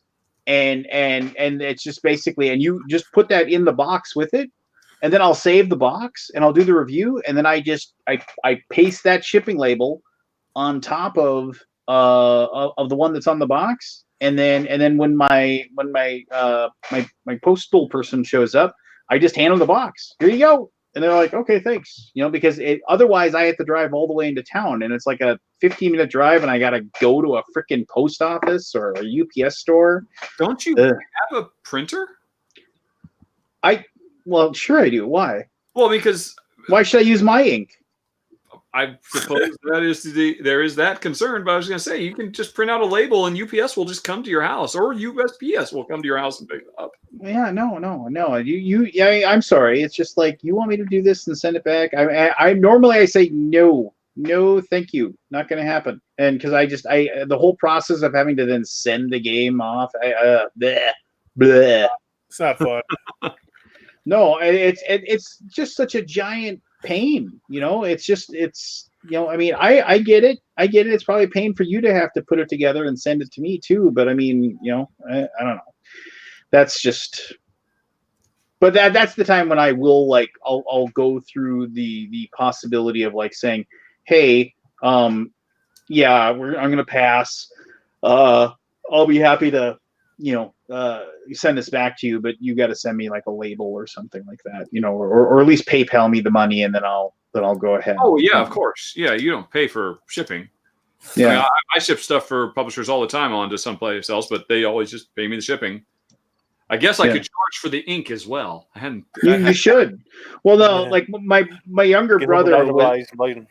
My younger brother made a lot of money on when he would eBay random stuff. And he would always shipping was $12, but the handling was another $8. He's like, it's the handling, so it's just whatever. No, the only game that I was kind of do I want to play this game? So You've Been Eaten from Ludicreations. Yep. That looks very cute. It looks very, very interesting. It's got it's a game that has for 0 players. It's a game with 0 players. You can set up a sleeping beast and a robot miner. So which I found interesting. So I would I'm interested in that. That's and I know it's the one game I'm interested in. Okay, yeah, we've been down that road before, and I understand that might not be true, but. That's the game. Just the name itself just definitely was oh, that's neat. I can maybe buy into that. That kind of thing. I can tell you my top 10 if you want. I literally just made the list right now. Well, yeah, but there's going to be tons more. So it's completely invalid, but it's correct as of today. All right. Well, 10, the reprint finally of Key Market. Finally, Key Market is back. I regretted selling my copy. I can't regret it too much because I made 200 pounds off of it, but I'd be happy to get it back because that's a really wonderful game. It is, but how often do you think you're going to play it? Once I retire, I'll probably play it at least 3 times a year. Okay, fair. But for now, never. Doesn't mean we really like that game a lot, and the only reason I got rid of it is because I could get such a ridiculously high price for it. That was the same time I got rid of my 10th anniversary Super Deluxe Puerto Rico as well.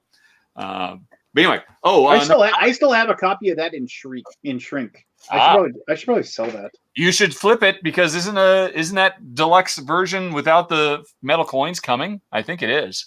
Yeah, but I think the one with metal coins will still be worth more. Yeah. I mean, because it's not like we get enough metal coins in our day-to-day life. Yeah. We get it. and the weird one, why that you can use that, by the way, Forrest, if you like.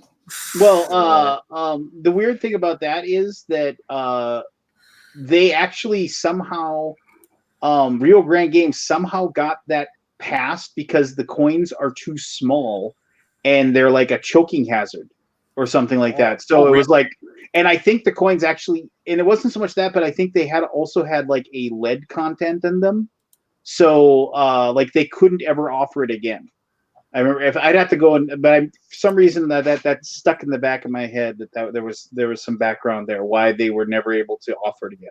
Oh wow, I'd never heard that. That's why it was worth more and what have you. Anyway, moving on. That was number 10, Key Market. Yes, Key Market, finally. And, oh, where did this go? Number 9, Brussels, 1897, because the original Brussels, 1896, was fantastic. And that design, Esprin something or other, I mean, he's a really good designer, and he's just kind of completely disappeared. Hey, he designed the game that you're on the box cover of. So I'm very excited to see that because we really like the previous one. He designed Essen?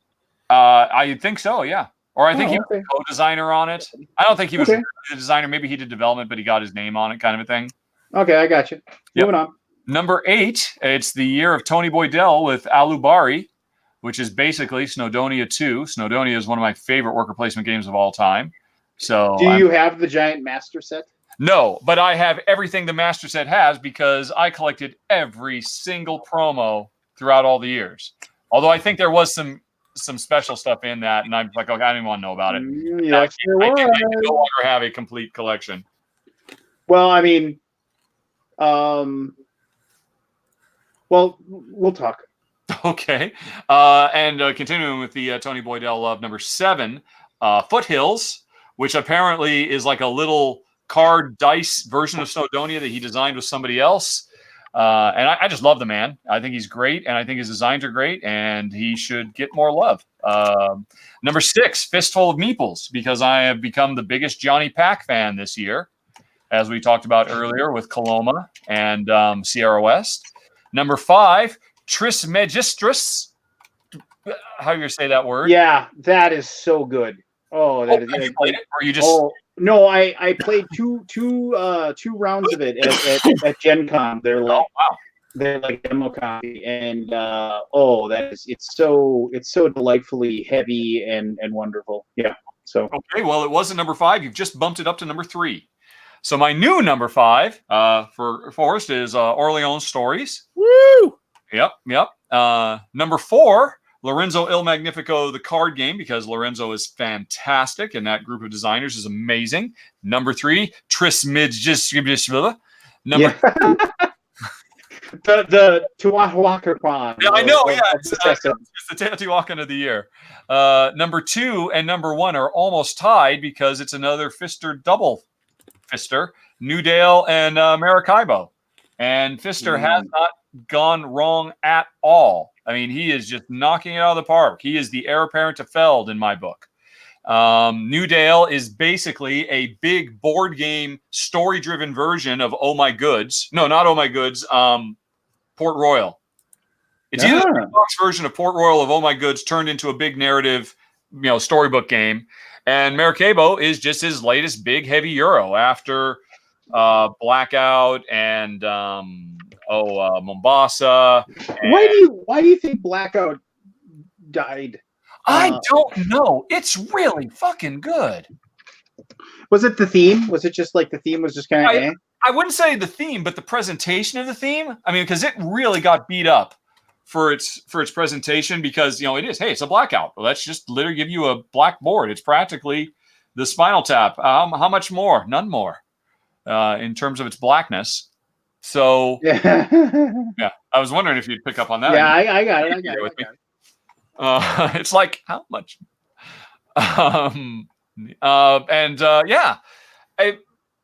But it was a really sharp game. I remember Aldi complaining that it was thematically bereft of content, and everybody was bitching about that.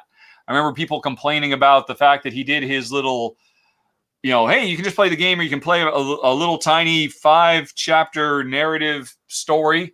I remember people saying, well, that's crap. And it's like, well, it's not supposed to be win him the Pulitzer or anything. It's just a little thing where you can change the rules, and it's just a nice little narrative. But yeah, we really liked it a lot. It was basically kind of like a simplified, streamlined Mombasa. It took that really cool card multi-deck building management thing and turned it into a completely different game.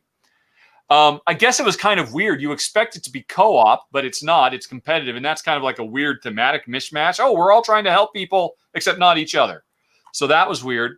But I don't know. It was too bad because it was really good. I don't know. I guess everybody just wanted the next Great Western Trail, and that's a tough act to follow. Yeah, which I can remember like playing Mines of Zavendor a long time ago. Oh my god! Yeah, I mean, which wasn't it had rough edges, but I remember enjoying that game, and then not even realizing that was him after I then played Great Western Trail, which I wasn't a huge fan of, but I liked, and I was just kind of like, but this is a good game. When this guy came out of nowhere, and then no, he's and I was like, oh my gosh, Mines of Zavendor. It's all the way back there. You're Tony Boydell. What was your thoughts on Guilds of London? Guilds of London, I thought was a really, really good game, and it With broke the my world's heart. worst rule book. Oh, really? Rule book. I don't know. I'm incapable. I'm bad rule book immune. It's my superpower. The rule book had the big complaint about the rule book, and I agreed 100% on, was the fact that it had an iconographic language to learn. Yes, and the thing is that they had cards that there was a similar card where it was this card, and it would show the icons, and it would be in the back of the thing, this card, and it explicitly told you what you would do when you use that card, and you're like, oh, that's perfect, there you have all these cards.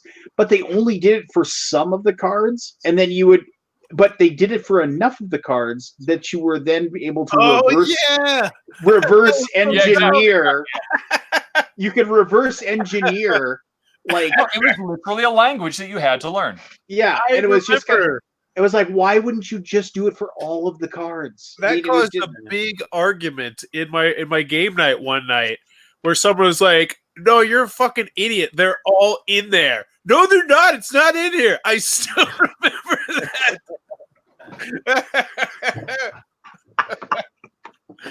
Oh, the review. I don't think I did. Yeah, oh man. I just dropped out. What? I'm sorry. What? Did anybody else drop out, or is that just me? No. You're good. All I heard was Forrest saying that someone was a fucking idiot. No, Wards of London is the expansion for it. I haven't seen it or anything like that. So, yeah, there you go. Oh man, Werewolves of London, great song. From the Dearly Devoted, Warren Zevon. Yeah. My wife. If you ever David Letterman loved his music so much, when he basically announced that he had 6 months to live, David Letterman had him on, and he was his only guest, and he basically had him on the full hour, and they would do interviews and they talk, and then he'd go play a song, and they do interviews and talk, and they go play a song and stuff like that. And so he just kind of gave him the floor, and it's really good. You can find it on the YouTubes. But he asked Warren Zevon, it's now that you do you have any advice for us? And he was just kind of and he said, if I can tell anyone anything, enjoy every sandwich. and that was just his way of saying, just make sure you stop and enjoy every single moment, because they are limited. And I thought but I'll always remember that. Enjoy every sandwich. Yeah. There you go. And I was going to say something earlier, and I forgot to. I love when Richard's on, and then there will come a moment where Richard lets his veneer fall because he's agitated about something, and he'll drop the F-bomb. And most recently it was because they have to change fucking settings every single time I set up this stupid camera. And they said it was a feature. I love it when the random F-bomb gets dropped in. Yep. Oh no, I'm pretty foul-mouthed IRL. That's got to keep the show clean. I no longer post on Twitter, "Hey, I'll be on Alaboom tonight." I did that the first few times I was on, but then I realized, now I continue to just because they get Rado after hours. Yeah, no, that's Maracaibo. I mean, it's just are we ever going to move past the need to just come out with your Euro games that just have the name of some weird country /city /area of the world? and that's just going to be the name. I mean, I guess, you know, it's like Maracaibo tells you absolutely nothing about the game. Yeah, if you don't know much about Maracaibo, Yeah. idiot. Yeah. Wow. You should use that, Forrest. No. But New Dale, I knew nothing about New Dale, but now I am excited. Yeah. Ooh. Well, there you go. That's I mean, I could list more, but I tried to make a quick 10. Well, I'm gonna I was actually keeping off the stuff I already have. I mean, so one of the really and this sounds like a commercial, and I apologize for that, but one of the really cool things about Fun again games. Derp, derp, derp. You know what? They're funny guy. You know, I was gonna say I can give you I could tie you into the list of the games that we're bringing over, but you know what, Mister, I'm too cool. Did you raise enough money to go back to Essen this year? No, I did not try though. In all honesty. Oh, okay. No, so I mean, people other than myself, are already talking to the publishers and are working out deals for buying up chunks of those games, because if you go to Fun Again, you can see the Cardboard Caravan stuff, and you're gonna be able to do pre-orders and whatever. And be on the lookout for the Fun Again website. Actually, we have a complete remodel coming up pretty soon too. So, but regardless, it's kind of neat to see these games that we're going to be grabbing and snagging and just knowing, full. And it's kind of neat to see the people because what the ones are people are excited about and want to know, and the things that will be hustling and bustling to pick up and what have you. And at BGG Con this year, Richard, you're getting to BGG Con, aren't you? Yes, in November. Yes. Perfect. So at BGG Con, Fun Again is actually partnered up with BGG for the Cardboard Caravan thing, and they actually are going to have there's a separate room off to the side of the vendor hall that's going to be the Fun Again spot. Instead of being jammed in that weird corner that you've always seen them at BGG Con, they're going to have a separate room, and they're going to have a big giant room with tables where all the new hotness are going to be demoed, and we're going to have I'll be in there demoing the games, and other people that work for Fun Again will be demoing the games, and obviously then the games will be for sale in there as well. So if you make it to Dallas for BGG Con, the option is there, and it'll be pretty awesome and amazing. So I'm excited about that. That's pretty cool. Yeah. You should have put down as yours instead of get to Gen Con Kickstarter. You should have said get to BGG Con. Yeah, I'm sure I'll get lots of hot interviews. Well, I mean, yeah, I did an Origins Bonanza one year, and approximately 7 people gave a shit. Really? That I will say, when I do it different now, where I do impression videos and actually play the game and give honest opinions. And that's going over way better. Plus, it's there's things where you and your friend were sitting in your underwear in your hotel room. We weren't in our underwear this year. We stepped up the quality. We went to the hotel lobby. But yeah, so I think that's going to be my regular Origins jam, because it literally is just us playing games for 14 hours a day. Which is awesome. So I don't know if you've ever noticed this, but okay, so Tony Boydell, if you ever notice, he has zero filter, and he also gives 0 Fs when it comes to talking to people. So if somebody trashes on his game or something like that, he doesn't care. He'll just immediately just say, you know what, you don't like it, you don't have to play it. I don't really care. He's very very British that way. Yeah, but he's also has a wonderful dry sense of humor. And if you go to his BGG page and you check out his list of published games, he has them all listed to 2019, and for 2027 he has The Great Game of Time Travel, first edition. Which when I first saw that, I was like, that guy is somebody who's awesome. That they just because see he time traveled to 2027. Thank you for explaining the joke. Yeah, well, I'll just point that out. That's why it's funny, because it's 2027. I had a question for you guys, and maybe I'll share something. I gotta see if I can work it. But have any of you been to PAX Unplugged? No. I've been to the first one. I'm wondering what the con's like now. I have not. Supposedly it's very good, but I mean, I guess it's all about trying to bring in. I mean, 50% of attendants are board game newbies who know nothing about board gaming, and that's how they position themselves. They did say they'd fly me out for it, but that I'd have to give the keynote speech, and I said no, I do not want to do that. You just fly out for which? PAX Unplugged. Oh, that's very cool. Yeah, it was. It was. I was flattered by the offer because in the past they've had like Will Wheaton and like very big video game people do it, and I'm like, yeah, I'd like to go, but that's a fuckload of work, and no. Fair enough. Yeah. It's only a fuckload of work if you make it a fuckload of work, Richard.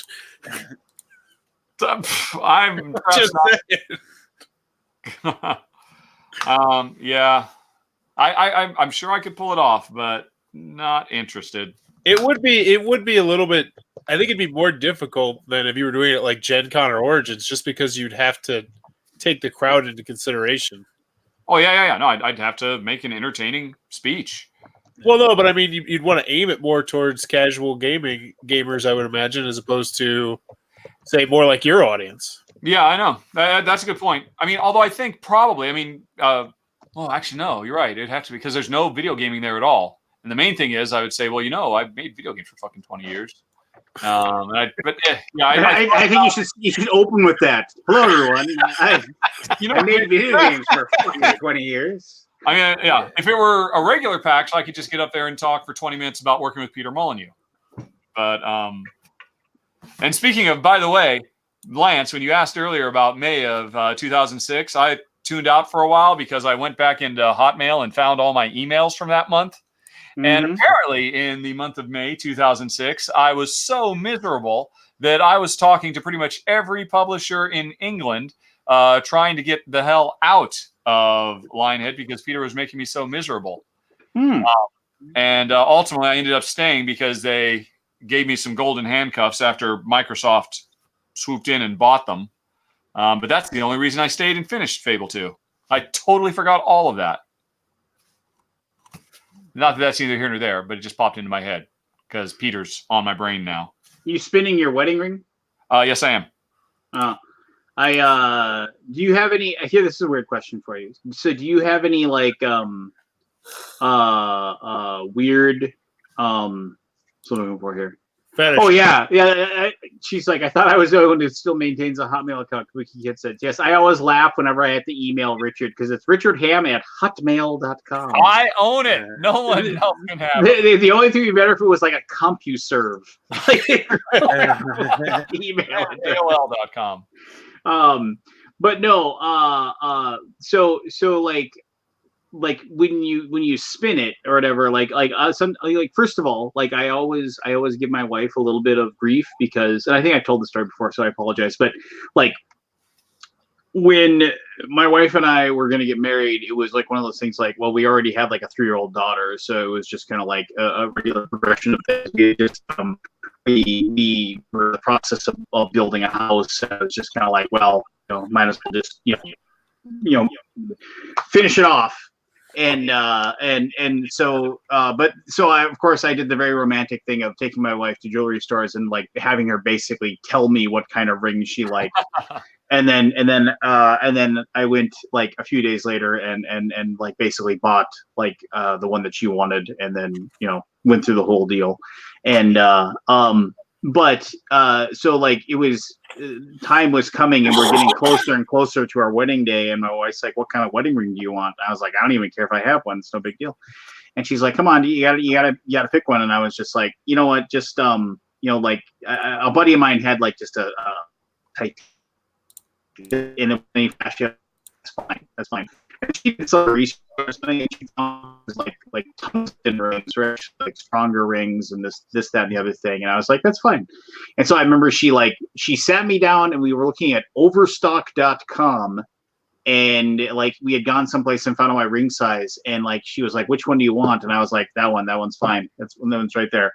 And like the ring cost less than the one place setting at our wedding, with shipping. Like for us to have a guest at our wedding, for them to come to the hotel and get the food that we had and whatever, it cost more for us to invite one person to our wedding than it cost for my wedding ring.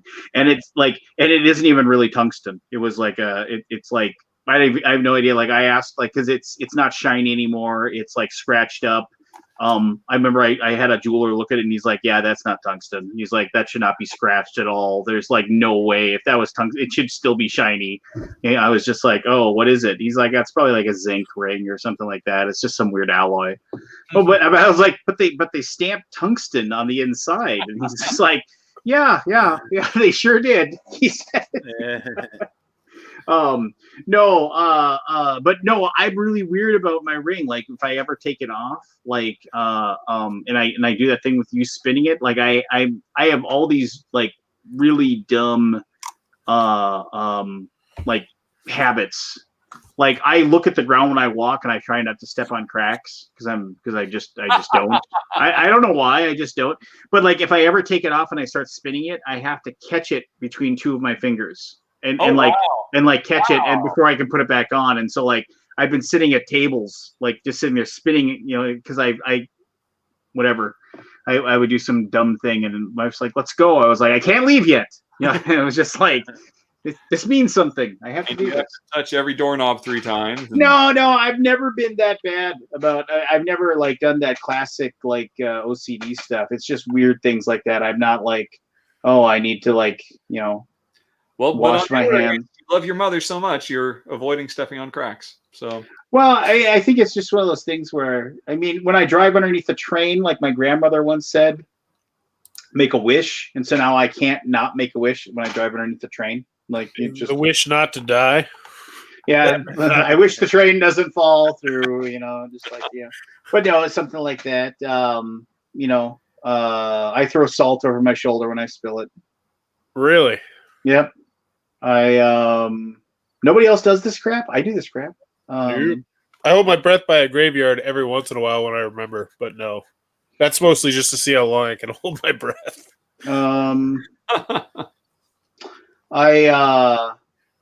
If I kick a rock as I'm walking because I'm not paying attention, I pick the rock up and I keep it. What? Yeah. What do you do with like it? I have just stacks of rocks. Like there's probably like 30 rocks on my dashboard in my Explorer. You know, just like they're just sitting I've never there. even heard of that one. I figure like I was the reason I kicked it, right? You know, and I've always had this weird like, oh, I adjusted the place of that rock in the universe, you know, like accidentally, and I was supposed to, so I just keep it. I just pick it up and I put it in my pocket, and then when I think of it, I take it out. My mom would get super mad because I forget like I had rocks in my jeans, and like she would wonder why there were rocks rambling around in the washer. Mm-hmm. And I'm like, you didn't throw them away, did you? It's like, and I told her what, and then she started just putting them up on top of the washer when they were done. And I'd go downstairs every once in a while. I just grab the rocks off the washer and I throw them in one of the mini mayonnaise jars I had or something like that. Lance, Do you save the mayonnaise jars? You kick? but I think you might have OCD, buddy. Well, no, because if I don't do it, I don't get worried about it. But I mean, I do. But okay, so like there was like I would always, because when I would paint, I would always use the glass jars, the jam jars or mayonnaise jars that they came in. I'd always clean them out and I'd use them for paintbrushes and stuff. I still do that, you know. And then, but I'd always have like pickle jars and stuff like that, and I would always like throw my rocks in those, or I throw, and like there's like in my old bedroom at my parents' house, there's probably like there's like there's at least a dozen old mayonnaise jars that are filled with change. I mean, there's probably like $200 in change just sitting there. You know, there's like, you know, that are just, well, I should probably go there and like dump it out one of these days. But I just, you know, I mean, because like I used to deliver pizzas and I'd always get like weird, I get change all the time. And this is weird. So back in the day, there were like, so did you ever get like a quarter that was like painted? Like it would be red or green and was painted on some side? Like every once in a while you'd get a quarter and change? Like if you dealt with a lot of change, like if you worked as like a pizza delivery driver and like you would get change from people or things like that. Like every once in a while you get, and the reason why those were painted was back in the day when there was a jukebox in like a bar or a restaurant or something like that. People like hearing music, and then when the music stops, they'll go and they'll want to put quarters in the jukebox to like keep the music playing. So what the people would do is they would have they take like $5 worth of quarters, and they'd spray paint them like red or green or something like that, and then they'd put those in the till. And then so when there wasn't any music playing and the bar was like, they'd send somebody over to the jukebox and put like a buck in with the painted quarters, so they know they would take that dollar out and they'd put it back in the till. So that, because that was like the bar's money basically. And then the people would hear the music and they want to keep playing. It was something that was really commonly done. But I would always find those every once in a while, some of those would get into circulation just because whatever reason people would make change and they'd give those. And I would keep those painted quarters. There's like probably like $70 in painted quarters in my old room in my mom's house. So I don't think it's OCD. I think it's just Lance is a fucking hoarder. Yeah, I was thinking that.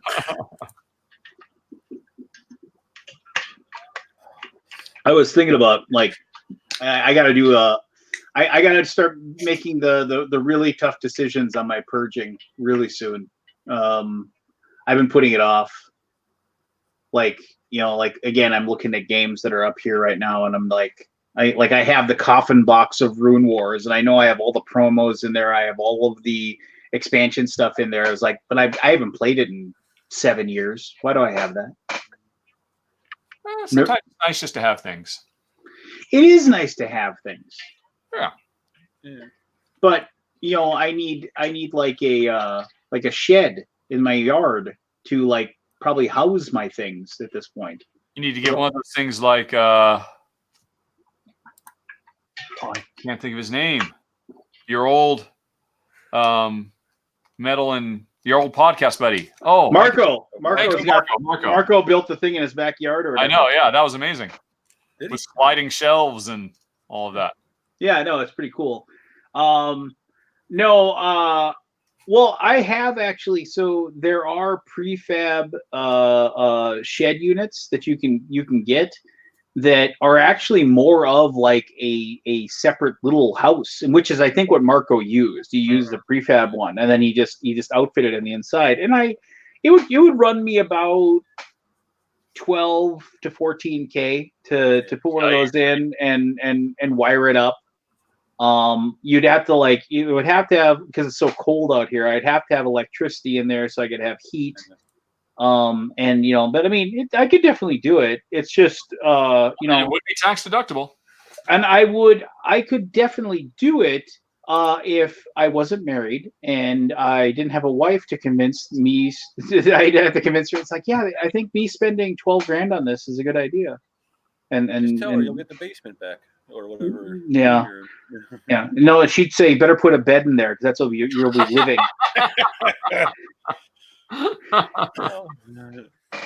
So I mean, no doubt on that one. No, I mean, like I've often thought of like if money was no object, like what would your like your gaming area look like? Like of course, like, you know, it would be enough space to have all the things, but I mean, what would you have? Would, you know, like you often think of, you know, Beauty and the Beast. No. The library and Beauty and the Beast. Except replaced with board games, multi-level floors of games, all alphabetized. I want the sliding ladders. So if you want to get a game up at the top, you have to slide the ladder and climb up to get the game. That's what I want. A big fireplace. I think it'd be awesome. It's not bad. Time. Would you have a talking teacup and named Chip? Yeah. I'd probably have some robots there if we want to talk about automation, Lance. No. Remind me later. I got something for you, Forrest, when we're done with this. Oh, Richard's Yang Gang now too. That's what's up. Automation, baby. Yes, I am very excited. Wait, is that Yang guy? Is he doing any better now? He was it 4%, 5% recent polls? Yeah. Past Buttigieg, Mayor Pete.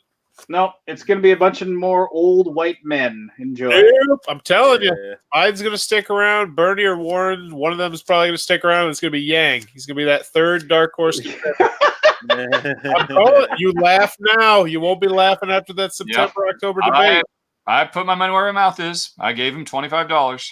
First Yeah, time in my life I've ever done that. I gave him $2. Yep. All right, between us, we are in. We have made our long-term investment. What's your ideal space for game? The question you just asked like 3 minutes ago. I said, who are you? Who are you asking? Anybody. I don't know. Oh, how do you see the chat in this? I wanted to see the chat. How does that work? I know on YouTube it's easy, but how's the chat? You have to go to YouTube. Yeah, I'm the only one that can actually see it. Here you go. You gotta do a drop down Paste menu with the to the little drop out. the private chat. Follow that link. Thanks.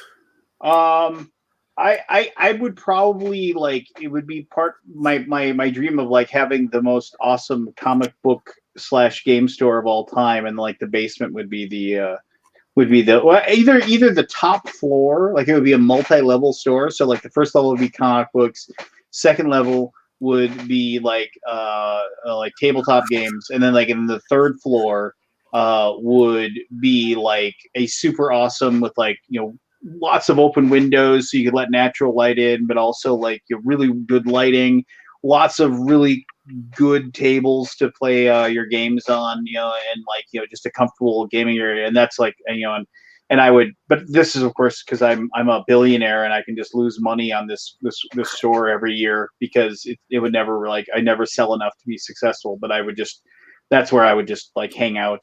It would be like, yeah, that'd be nice. That would be nice. And then it would be like there would be a of course like across the street from it, attached with a skyway, would be my giant mansion.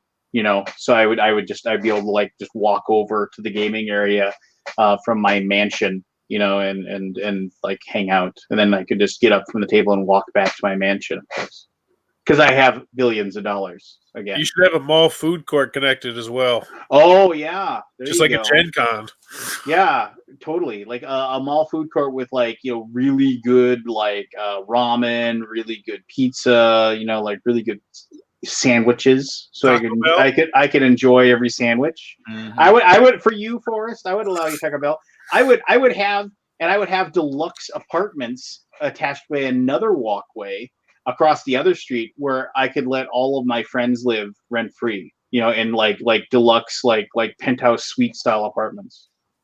This is of course with my billions of dollars that I don't have. We actually just made a pack in my fantasy football league I'm pretty excited about, where 5 of us have kids now, and if any of our kids get rich, all of us get to retire. That's the deal. Well, so, what if you alienate your children and they don't fall in line with your idea? I'm not worried about me alienating my children so much, but there's 2 of them that might. One of them just got his kids back from being in prison, so I don't think he's going to be the one that hits the him or his kid was in prison. No, he was in prison, and he just got back from his kids after being gone for quite a few years. What was he in prison for, if I may ask? Opioids and what is it? Child, not nothing terrible. Well, it's bad, but it's not like the diddling. What's the thing where you got to pay for your kids when you leave them? Child support. Child support. And he actually went in there and was like, they were like, nobody goes to jail for child support, and then he went to jail for child support. But the prison was for opioids. So like debtor's prison. Yeah, but he's out now, and he's actually got a patent out for a way to kill fleas and bed bugs. He's got some big ideas. Learned a lot. So do you. What? I said so do you. Yeah, but his idea actually sounds like something that can make money. You have weird pumpkins growing in your driveway. So? So weird pumpkins in my driveway. No, I mean I just want it's like I got to see Forrest's house, which Forrest lives in a very quaint home, and I liked it, and I've been in that room where he is sitting right now, and I met his dog. His dog is awesome. How is your dog doing, by the way? She's alive, so that's good. Yeah, giant Saint Bernard. Oh wow! But I remember I walked in. I was walking up his driveway, and like he just had a pumpkin vine that had coiled up at the top of his driveway, and he just had pumpkins growing there. I was like, Forrest, what's going on here? He's like, I don't know. I didn't plant them. He just kept walking. I had the same thing, Forrest. You smash a couple pumpkins outside with your kids, and all of a sudden pumpkins start growing. To be fair, I have around one of my bird feeders, which I regularly put cracked corn. I have like 5 or 6 corn plants that grow every year now, like because the birds knock the seeds out and they get they get germinated, and I just grow some of that, like not like real corn on the cob that you eat, but like the autumn corn that's used for cow feed and stuff like that. Yeah. It's just got weird corn plants growing in my backyard now. And then what? So this is a weird story. So I'm in my basement, and there's this large picture window right here where I can look out into my front yard. Of course, like right now there's these. We purchased these 2 dogwood bushes, and we planted them both in front of that window just to kind of block the light, because there's the plasma screen back there, and so when the sun hits it, you can't really see anything. And so the one of the 2 dogwood bushes died. It just it just didn't take or whatever, and died, and I had to rip the whole thing out, and that was a pain in the tuchus. But the other one survived. But like one day, like I noticed this weird, it looked like a weed started growing out of the ground. And I was just like, and I was like, I was going to rip it out. But then I was looking at it, and I was like, that doesn't even look like a weed. It looks like a plant. And then I just let it grow. And my wife's like, just cut that down. I was like, no, I want to see what it is. And it's like a giant bush. I don't, and it isn't a weed. It's an actual like real plant. And I never planted it. I never put it in there. I have no idea how that even grew, but it's even larger. It's like it's nearly 10 feet tall. It's like it dwarfs everything else. My wife's just like, we should tear it out. I was like, no, I'm not tearing it out. I let this thing grow. It was supposed to be here. It beat the odds. Life found a way. Weird horde bushes. Good to know. So yeah, so I was pretty excited about that. I wish I could figure out how it happened though. No idea. Anyway, there you go.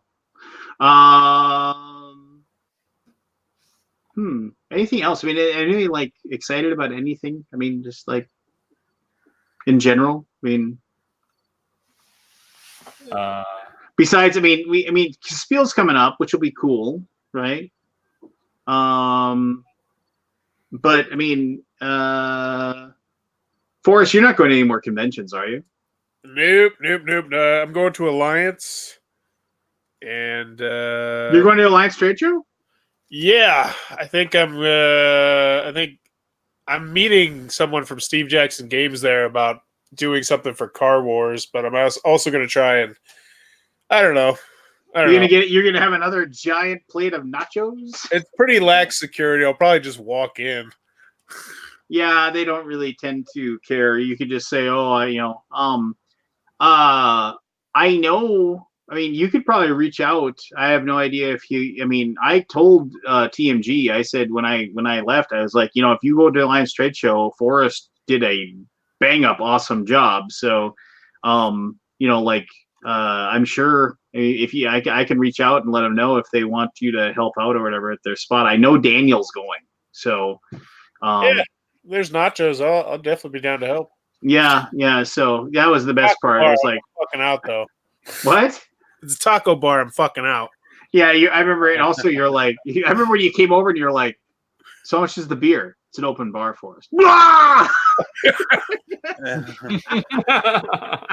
Hey, I'm a man of cheap pleasures. just walking back with 3 Newcastles, just like.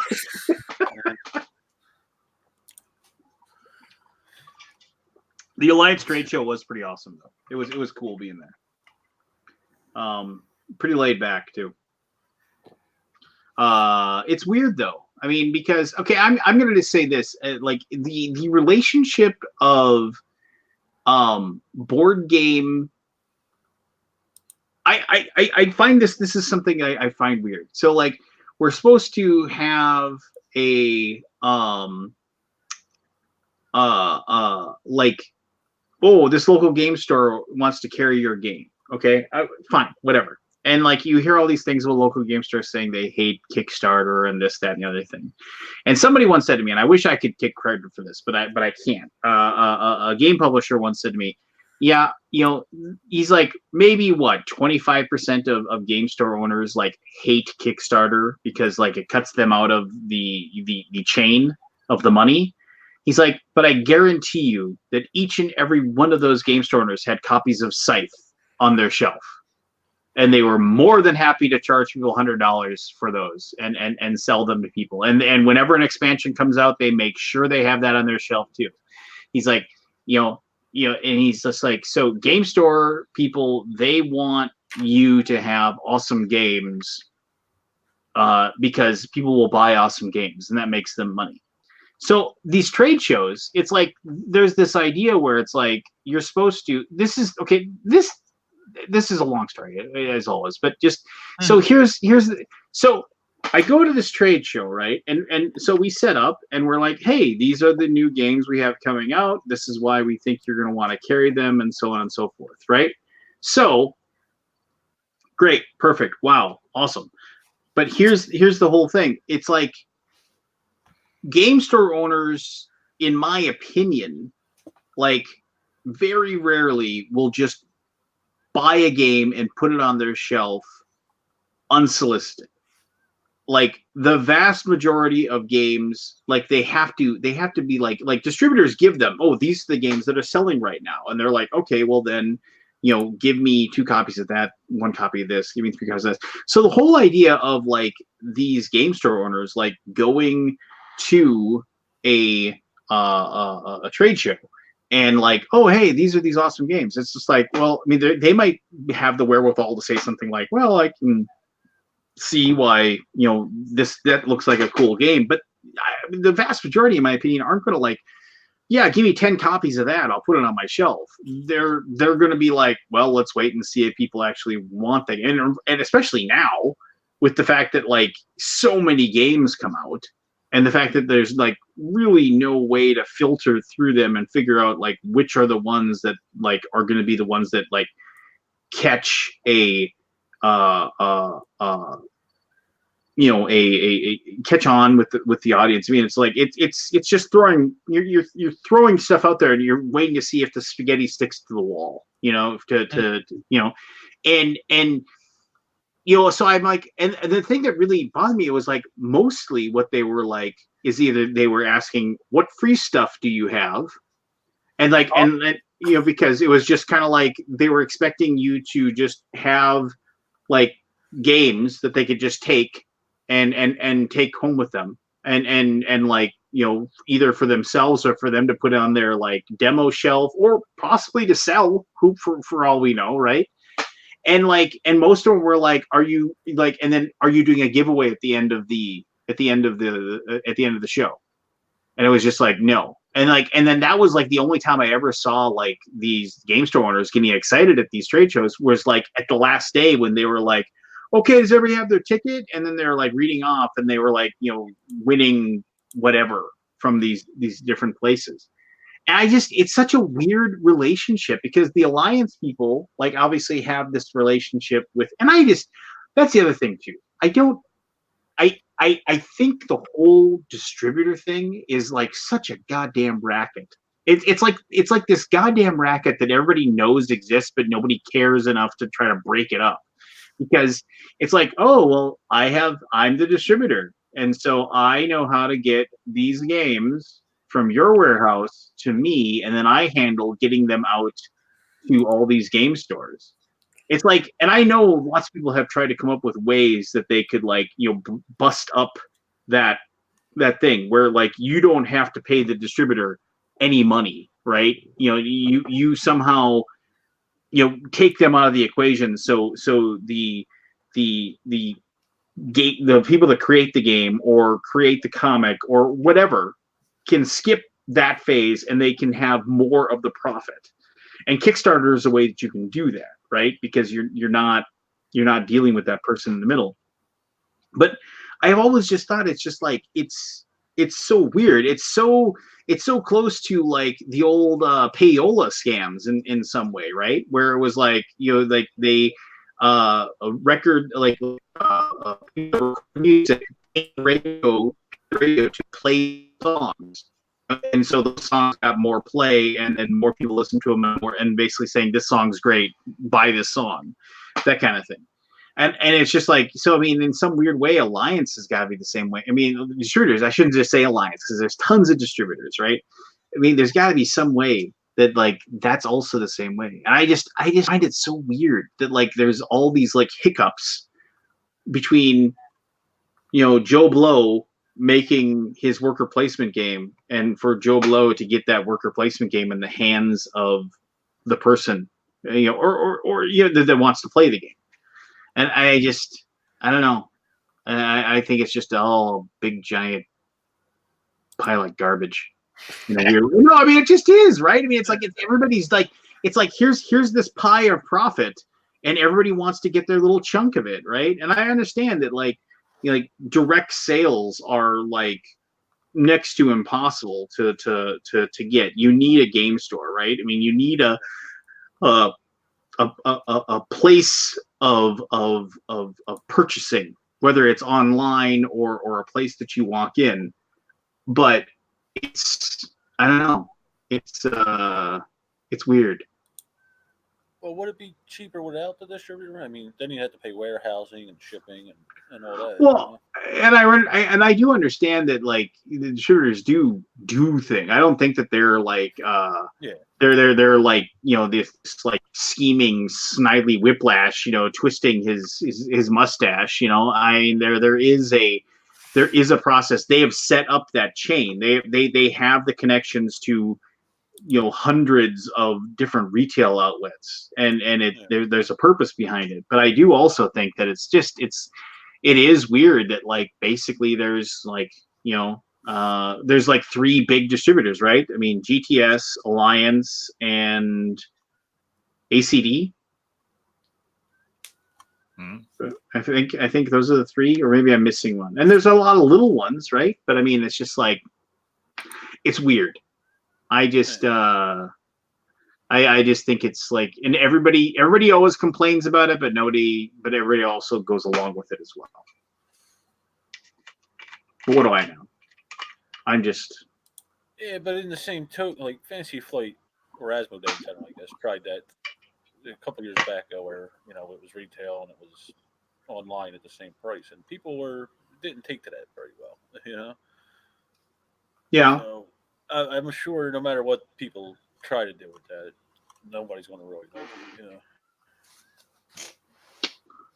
I'll just highlight Rado's comment here. What did I say? Will, Oh, will no one think of the seedy scamming middlemen? Well, I mean, they aren't there. I mean, they wouldn't be there unless there was a need, right? I mean, distribution has to be there in some way, Well, shape, or form. I don't know. It's kind of outdated, I think. In a sense. Back when all this started, you really couldn't get board games anywhere but a distributor, you know? Now you can buy direct or Kickstarter or whatever. Yeah. It's a little different, I think, now. I mean, I have definitely bought games directly from publishers. I mean, it's just and in most cases, just because it's impossible for some stores to get a hold of the game, right? I mean, it's just like in sometimes like it's just not like possible, especially for like small print run stuff. A lot of like the really small random games from like Whirligig and stuff like that, you have to buy them straight to them just because they just don't exist otherwise. But I don't know. It's just it's a weird world. It's like like I said, everybody always just kind of, it's like most of the publishers I talk to, when they talk about distribution, they just talk about it like a necessary evil. It's like the thing they have to put up with if they're going to be part of the system. But is it? Yes. I don't know. I had a moment where I had a moment of like, everybody's like, oh, hey, like people have asked me, it's like, so whatever, it's like, are you mad about not working for TMG anymore and stuff like that? And I'm like, no. I mean, I had to say, I had this one where I was like, no, I'm not. I mean, it's one of those things. And then, I mean, it just was, whatever, moved on from it. However, I did feel like this twinge in my heart when I got the press email from them saying, here's our new releases available. And I was like, oh. yeah. I was just kind of like, oh. That was a big dig. You'd like my big dig. No, it's good. It's good. It's a good little reveal and write, I guess, as I should what I should call that. Yeah, I mean, it's a fun little game of like, trying to. It's like, it reminded me of playing Dig Dug, if that means if you remember Dig Dug. Oh yeah, it's totally Dig Dug. Yeah. So just without the attaching a air pump to monsters and blowing them up. There's none of that, but it did remind me of Dig Dug a little bit. Rolled West is excellent. It is very good. Is it? Yeah.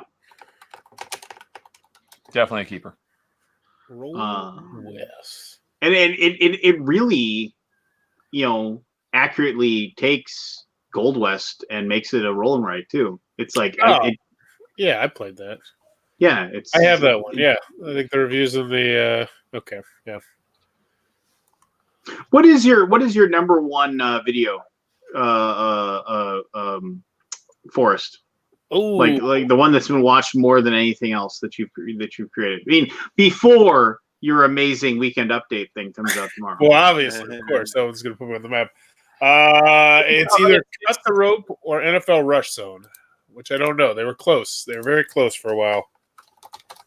I think it's probably NFL Rush Zone just because it's got longer legs now. Because Walmart just keeps pumping that one out. Yep, NFL Rush Zone. Let's see, 130-something thousand views, I think, something like that.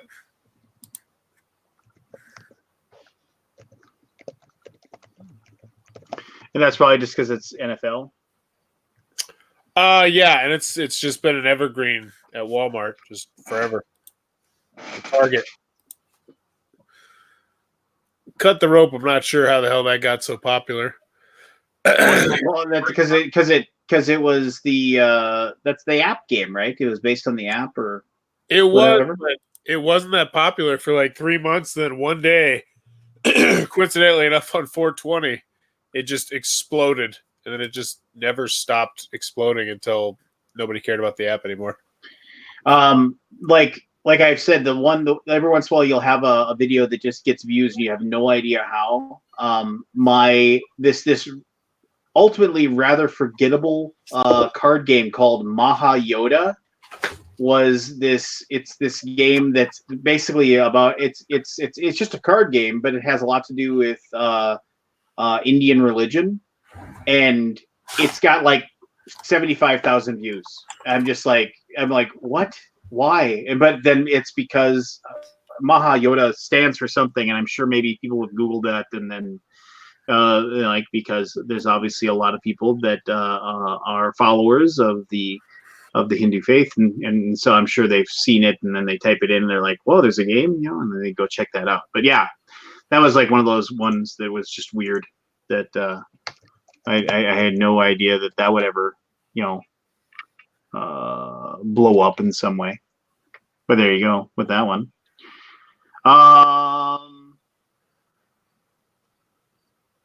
Richard, what's your big one? Your biggest one ever? It might be. For a long time, it was Robinson Crusoe. Yeah. Although that Gaming Anywhere table, it might be that actually. Because so many people are so mad about it. Well, when I found out how bad things were, I've actually made it private because I'm really not comfortable with them getting any more potential business. Because somebody pointed out, they're still taking orders right now, even though they've disappeared off the face of the earth. And I'm like, oh fuck, I don't want anybody to see this video and buy it and not know it. So Gaming Anywhere table. Yep, that's too bad. It was a really good table. They had really good product there, and I know they were trying really hard, and I don't know what the fuck happened to them, but they fell off the face of the earth, didn't they? Yeah. Last I knew, the guy who was their go-between was their PR guy, who was the only person I had talked to there.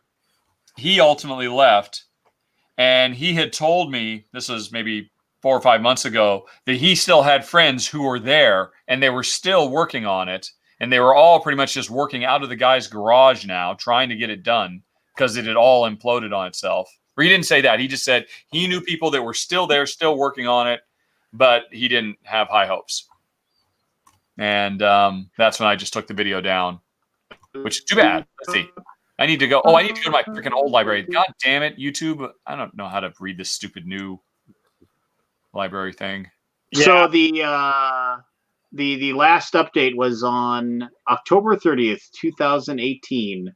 And the update was, regrettably, I do not have any answers on the delay of getting the accessories shipped out. We are hoping to have some details on the delays by mid-November. Rhonda. And that was the entire update. Yeah. Yep. Yeah, I mean, it's obvious to me that it's just one of those, well, you bit off too much. You had a product. They had their simple table, which is what I did a video for, which they had successfully done one Kickstarter. And then let's just run another one for this. But then they came up with a new design that was more modular. And I think just unilaterally said, you know what? We're dropping the old design. We're doing this new one. And even though you paid for the old design, you're getting the new upgrade. And it just turned out, I mean, they did show some videos of prototypes of it. It looked really good. But yeah, they should have just stuck with their original plan.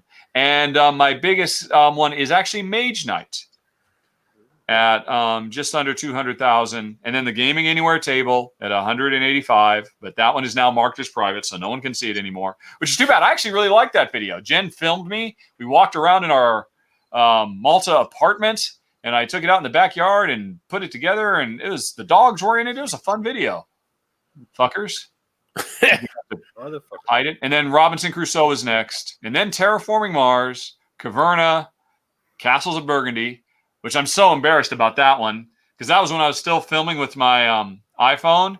And if I recall correctly, I had filmed the video and then I uploaded it and somebody pointed out I made some really horrible mistake. And I'm like, oh my God, this is so terrible. I immediately took it down and refilmed it. But by that point, it was like 7 o'clock at night and it was so dark in my living room because when we were living in the castle that I had to film it with the light of my iPhone lighting the board. So it's one of my most ugly looking ones, but it's also one of my biggest ones. I should refilm that someday. Maybe even the new fancy one comes out. Well, hey, right there for $949, I can buy a Gaming Anywhere table. No, really? That's not too. I mean, I think they were 600 or 700. Oh, I can select. I want the base table. Let's select my Midnight Black Wood Stain. Let's go. I thought you meant somebody was selling one on eBay. No, let's go with Steel Gray Seagloth. Okay, I'll pre-order the table. Yeah, let's do this. Let's go to cart here. Oh yeah, we can check out. I can give him all kinds of information. Yep. It's I want to think well of them, but it's kind of hard to. I'm sure whatever happened, it's a very sad story. Well, not sad enough to take down their website. Yeah, they have to pay to keep that website going. So yeah,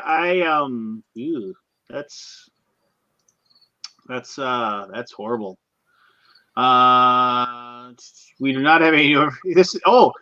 This is to update. This is because there's two different websites. Also on October 30th for the other one was this is to update everyone who's been asking questions for shipping details on the tables and the accessories. We do not have any new information. Rhonda, just like yeah. I think if I remember correctly, Kevin Burkhartsmeyer, was offering people that got jammed by this. Oh, really? Like, was offering them a discount on a like he was trying to do something for them, and like to try to help them out in some way, like if they wanted to get a game topper. So, yeah, no, they yeah, that was well, that sucks. And it does suck. I'm actually watching the video I filmed in our backyard of our Malta apartment. It was a good table. Unfortunately, I had to leave it behind because it was crazy heavy, super duper heavy, and it would have been a pain. So I just ended up giving it to a guy who organized board game nights in Malta. I'm sure they put it to good use because it was an excellent table. You broke it down for toothpicks or something. Probably selling it for $850. Well, there you go. Yeah, yeah, interesting stuff. Interesting if true. I just always wonder. It's like, why? Like, you wouldn't just do a final update of look, I bit off more than I can chew. Because it's like it's one of those things where you aren't you aren't like stuck in any way. Like from what I understand, I don't know if it's true or not, but I mean, from what I understand, like even if you're just I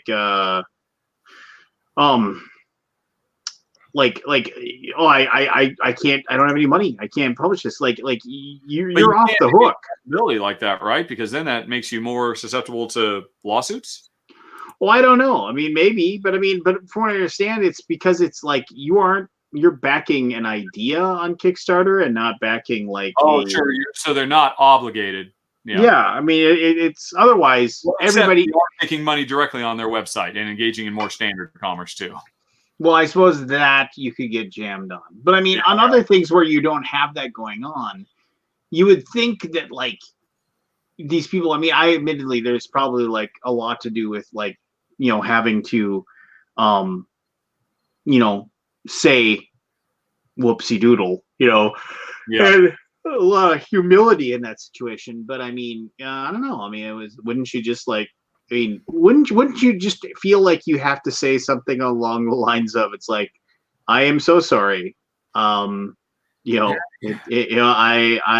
simply just don't have any money, and I won't be able to do this for you, and then just I can't refund you anything because there's no money to refund, at the very least, you'd give everybody those that handful of people that are still posting some sort of closure, even if it is a bitter bitter pill for them to use as their closure. Then, the most recent, somebody said that the name of the company for the Gaming Anywhere table had involuntary dissolution, bankruptcy of the company in July 30th. So, wow. Yeah. So that means that they actually had a judgment against them for some sort of debt, and then they had to go through like basically either pay off debts or declare bankruptcy. You had two choices. So there you go. That's while there's no answers there. I haven't checked. It's been a while since I've checked my games that I'm still waiting for. Diceborn Heroes, still waiting. Yeah. What the fuck happened there? And he said he's like his update back on August 1st. He said games have arrived, but like nobody. The copy he sent me looks really good. He sent you one? Yeah. I got an advanced copy. Oh well. Can you hold it up so the rest of us who backed it can like? Hold on a second. I will. I will prove it does exist. Let me just find it. I literally have a map of my shelves because I don't know where all the games are. So I have to open the Word document. Come here, you. All righty. What was it called? Diceborn. Diceborn is. Oh, I opened the wrong Word document. Damn you. Shelves.doc. Not filming order.doc. What? What do you mean it's open in another program? All right. Haha, you've been hacked. I'm failing at basic shelf. Is open in another? What the fuck are you talking about? All right. Well, I'm sorry. I can't prove that I have it unless I look for it for 5 minutes. Because I can't open a Word document on my desktop for some reason. I'm more worried about that. Sorry. I'll show it to you next week. Fine. Yeah, I know. What the fuck? Why? What do you mean you won't open it? All right. Let's go to the original, not the shortcut. Sorry. I'm more concerned about this now. All right. Here we go. Shelves. Open. Okay, it just looks like the no. Blah blah blah is open in another application. Please close it and try again. All right. So the one thing that that this Diceborn Heroes thing. I mean, at the very least, he's still doing updates and things like that. Even if like. But he hasn't disappeared. No, he hasn't completely disappeared. But like the updates that he posts are. Like, here we go. They are incredibly non-specific. Like, there's no answer as to why this is taking so long. There's no answers as to. There it is. Nice little box. Rule book.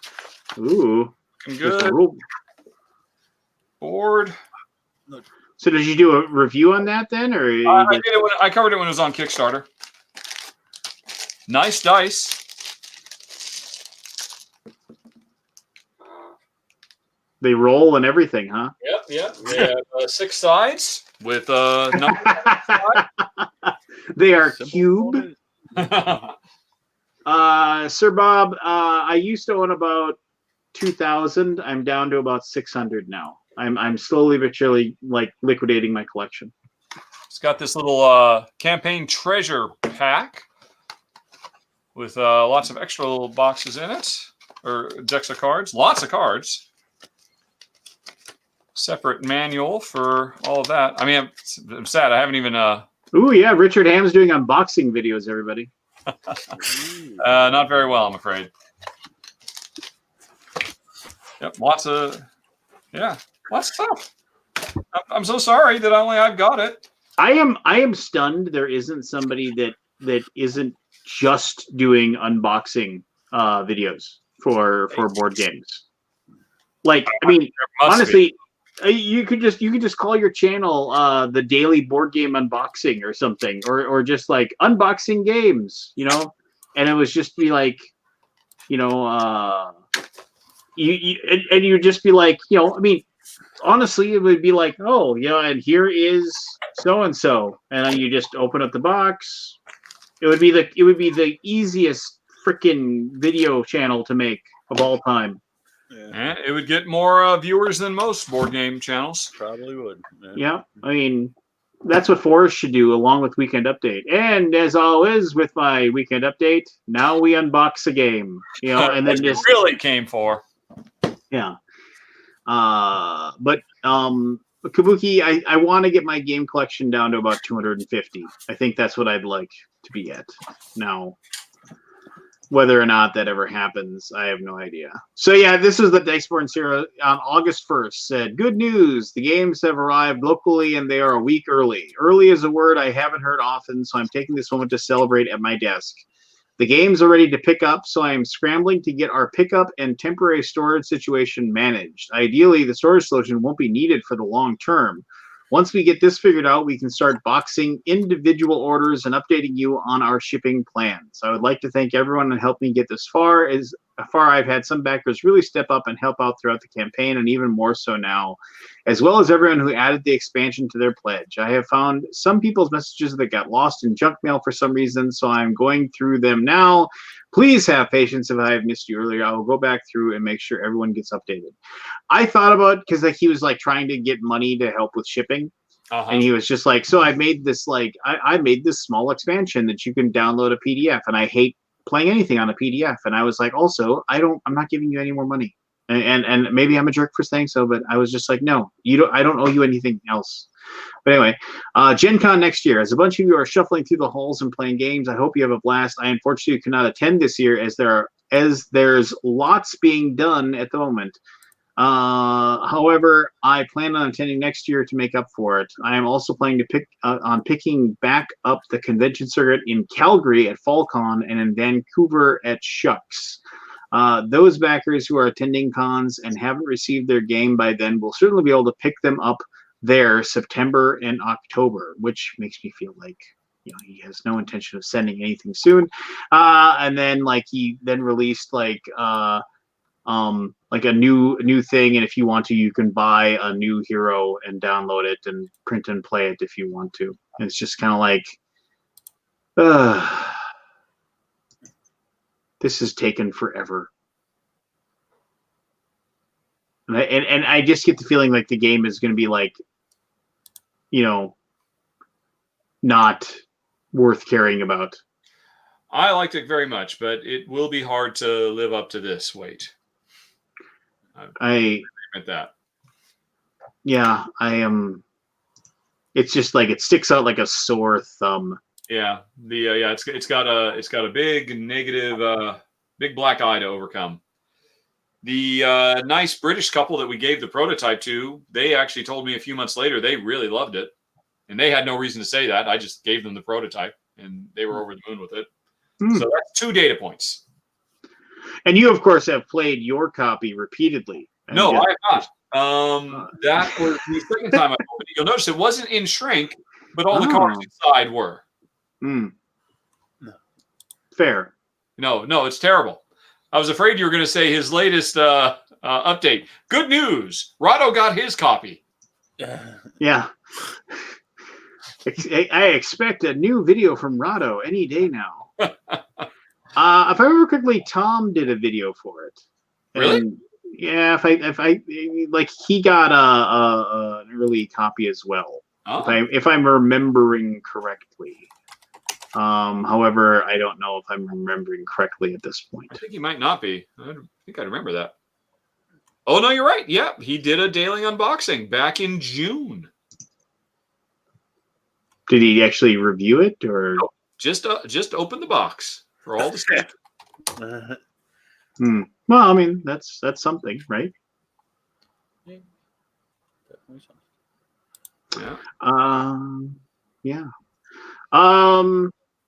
Yeah, it is pretty amazing that Yeah, I mean, a Kickstarter is just a realm of awfulness. like I mean, it's of obstinate and pregnant rage, just like that has no destination whatsoever, because nobody will give you like the moment to like actually like throw the ball at the dunk tank, because like the creators I mean, like the most recent comments from Lazy Gamer, there's one guy that just still just keeps on posting or whatever, and his most recent was, I've decided that I'm going to comment here so often that when his kids grow up, they will have to read this when he gets old. And then if we can read and write about this crap here forever, so can he. Just old man yells at clouds. Yep. It's good to have a hobby.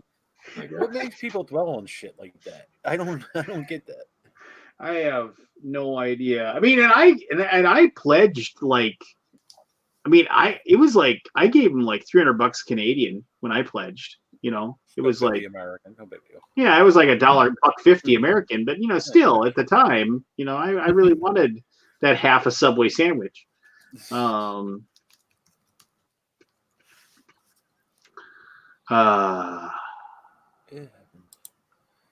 Oh, Forrest, what I was saying. After physical therapy, me and Jen had to go somewhere. We passed this shopping center, and it said Robot Seafood. And the signs were so far apart, I really didn't understand what it was. So we looked it up afterwards. And sure enough, it's a restaurant that serves like crab boils and shit. They're served by robots.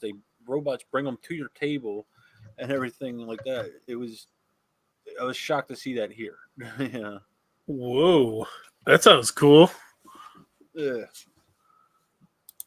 Jen's, she says she'll try. She's not big on seafood like that. She said we'll try it one day. But robot seafood. Robot seafood? What? I'm curious to see how this works. Newark? Is that the one? Delaware? Yeah. Oh, that's cool. They got like these little robot guys that come around. That's pretty neat. Yep. We will welcome our robot oppressors. Yeah. I just thought that was something weird here, in Delaware. I saw at Walmart last weekend, 2 weekends ago. I finally saw one of the floor cleaners working, and that was interesting. Like at first, I thought it was just like someone had left it going, and I was like, "Oh God, so we should stop that." But no, it was cleaning the floor, and I sat there and I watched it for like a solid 5 minutes. Just it's coming. I love my robot vacuum cleaner. It is the best birthday present I've gotten in decades. I will say this: Quirky Circuits is a very fun game. And I know. Stupid Asmodee. Yeah, Quirky Circuits is very fun as far as a cat riding a Roomba. It's good stuff. Yeah, so there you go. There you go. Well, losing steam. Yeah, losing steam. So let's call it a night. I'd like to thank everybody for tuning in. Next week, Aldi will be back. They're on a cruise ship somewhere, enjoying the good life. Yeah, I'm sure he'll regale. Host a live episode of the Alaboom from the cruise ship. Have us all. Oh yeah, let's get Moneybags to get us rooms, and then we can do live Alaboom from the good ship, whatever it is. That would be pretty cool. The problem with I like my wife said, should we get a Roomba? And I was like, we've ripped the carpet out of like every room in the house but one. So yeah, I suppose Roombas can work or can be used on what game is that there, buddy? Oh, it's just pulled out. I found a blue cube. What? It's a blue plastic cube, and I'm trying to figure out where it came from. But this is a different shade of blue. What game are you looking at? Oh, this is just Tapestry. It's just Tapestry. Maybe you heard of it. Is it as good as people say? I'm not allowed to say. Why No not? one says anything because nobody knows. Don't you have a video of it? I made a video. I filmed my final thoughts, but Jamie's what do you call it? Embargo specified that I could put the run through up on the 22nd, but I could not put the final thoughts up until September 4th, the day that pre-orders go live. So there was a Twitter thread going on talking about how embargoes are Anti-consumer? yeah. That's silly. I can see the argument though. Oh yeah, especially on movies. Like, Yeah, movie embargoes. yeah. Like that happens. When that happens, it's because they know the movie sucks. Yeah, at this point though, so many people know that. Like, if you actually check Rotten Tomatoes and you're like, "Oh, this one doesn't have any reviews," I feel like at this point most people now just know that movie's going to blow. Like, so it defeats the purpose of actually having the embargo almost. Avengers Endgame had an embargo. They just didn't want spoilers. Yeah, I'm sure a lot of. Well, that's a unique situation. Yeah. Well, that movie also blowed. There was that. Yeah, It was no Last Jedi. it blowed all the chunks. Yeah, exactly. I mean, what could be? What, after they might as well just stop making movies after that. Yeah, I mean, was so bad. So Yeah. No, I don't know that I agree. If his embargo was such that I was not allowed to put my video up until after the pre-order window closes, I would think they would have an argument to be made. That's a fair point. They don't. Because, yes, they'll be able to watch my video if that's of any value to them whatsoever, and then make a decision if they want to buy it. I don't. Okay, so here's why even have an embargo though? He mentioned specifically the reason he is instituted an embargo, and he didn't just say this publicly, this is what he told us when he sent them out, is he did not want us to race to get our video up as fast as possible because there is a first video advantage. You'll get more hits if you do. It's better for your channel if you're get the exclusive and get it up. And so if he didn't put an embargo and sent those copies out, me and Man vs. Meeple and anybody else, we would have been racing to film something and post it as fast as possible. But instead, he got it to us, 6 weeks early and said, look, you're not going to get to put up for 6 weeks, so take your time with it. Actually learn the game. Play it more than once. And that worked. As I mentioned, I normally only play a game a couple of times, and then I film it. I played Tapestry 6 times now. That's a big deal for me. And it's as a result of the embargo. And then the other reason, of course, is because he has a 2-stage thing. Of course, it's good marketing for him because, hey, there's an initial burst of interest on the 22nd, and people are interested. And then there's a second burst on the 4th. It turns the pre-order day into an event. So it's kind of a no-brainer. It's weird. Asmodee just told me they're doing they did an embargo for that Lord of the Rings game, Journeys of Middle Earth. And what did they just tell me today that I was not allowed to talk about? Hold on, let me see what it was. I can't. The latest game from Days of Wonder. I can't think of it. Deep Blue. Yeah. So they're doing a embargo on Deep Blue. So I think this is just going to become the norm, and with good reason. If for publishers who can get them out early, which not all publishers can, it makes sense to say, look, yeah, take it, play it for a couple of weeks before you film something, because we're all in a rat race. Do you think that'll actually work out? I mean, most reviewers, once, twice, they're done. It's worth a try. Why not?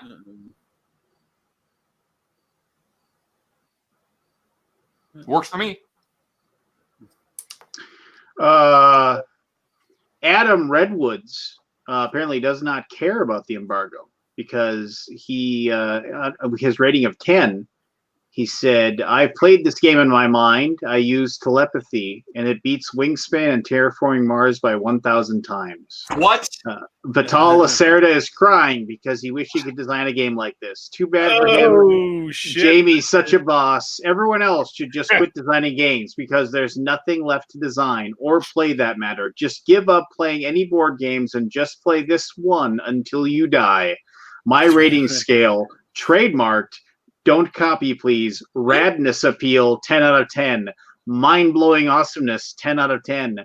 Laser color dimension graphics, 10 out of 10. Has miniatures, 10 out of 10. Action turn sequence AP inducing mechanism XXXX extreme, 10 out of 10. Box cover art, 7 out of 10. But it doesn't matter because I used telepathy to play this game, and that just doesn't need shelf space. So this becomes a 10 out of 10. If you don't believe me or disagree with me, then you don't exist because it's impossible. This game is so good. Why are there ones? Perhaps they are not using telepathy the correct way. It's pretty good. Yeah, there's a ton of people rating it 10 and a bunch of people rating it 1. And like the ones say they're rating it 1 because people are saying the 10s, and the 10s are saying they're doing it because of the 1s. And then of course, all of their ratings are thrown out by the system automatically. Well, we don't know. We don't know exactly how that works yet. Let's ask Aldi next week. I imagine he will confirm that all of those are automatically thrown out.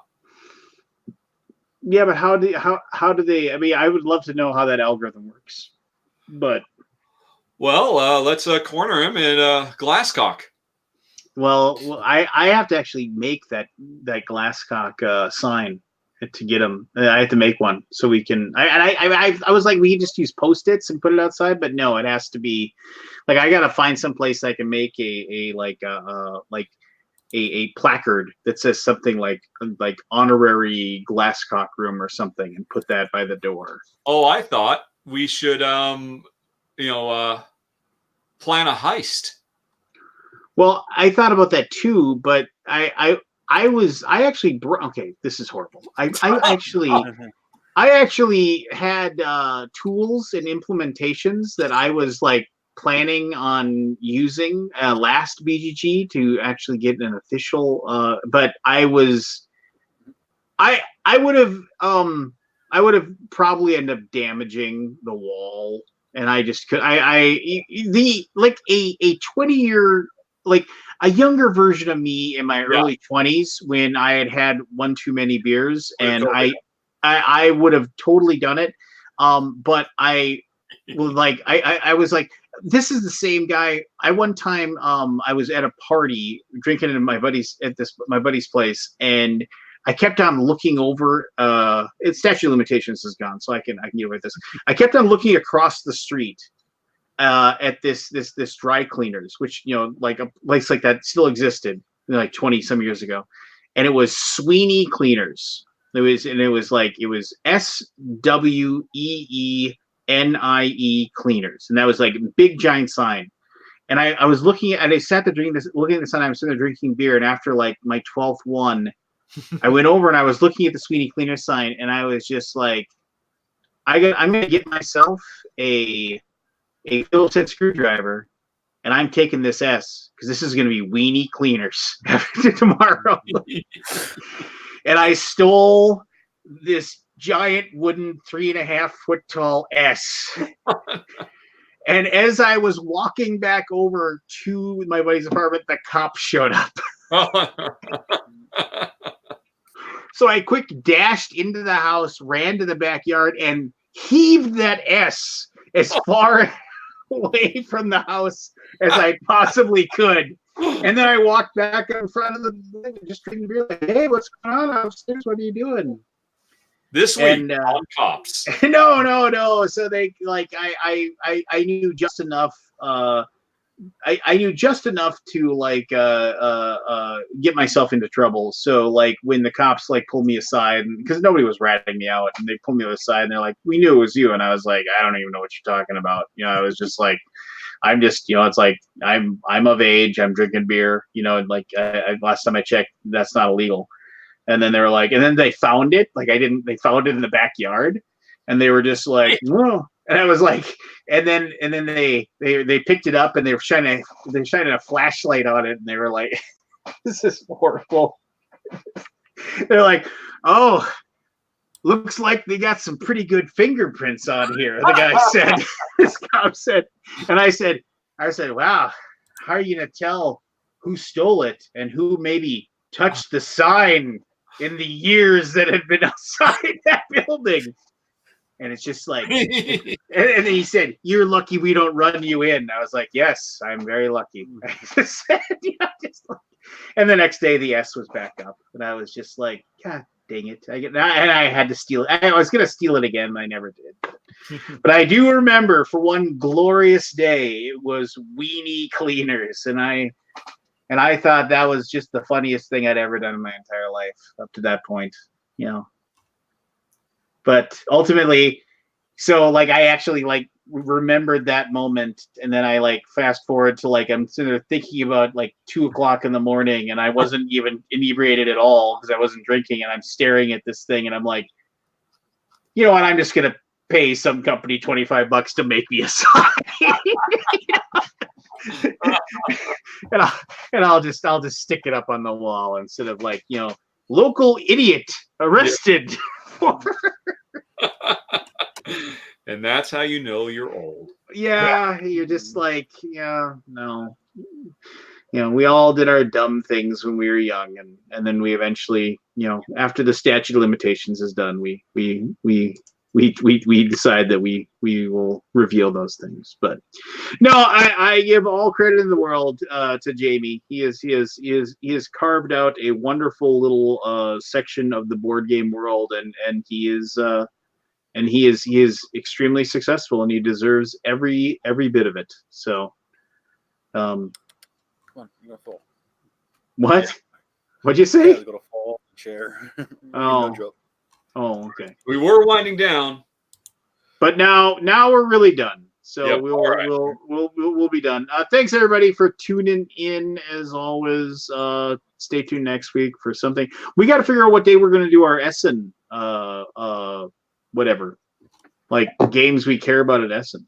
You know, like or whatever. That sounds like a you problem. Yeah, that is. But no, and Kabuki Kid, no, because that was before like camera phones and stuff. You know, what are we gonna do? Grab a Polaroid and head out there and quick take a picture of weenie cleaners. I can still see it in my mind, and it makes me happy. And I guess that's all that matters. What game is that now? What are you opening up now? I'm still trying to figure out where this goddamn blue cube came from. How many games have plastic cubes? Many. Not that many. And it's Tapestry has plastic cubes. Huh? Tapestry has plastic cubes. Yes, it does. Oh, darn! Oh, you got me! I broke the embargo. Well, like they couldn't see it in the video. You can't tell what the. Well, Dan King did a components overview. I bet he mentions it. So Yeah, probably. Yeah, there you go. All right, everybody. Thanks for everything. All right. No, bye.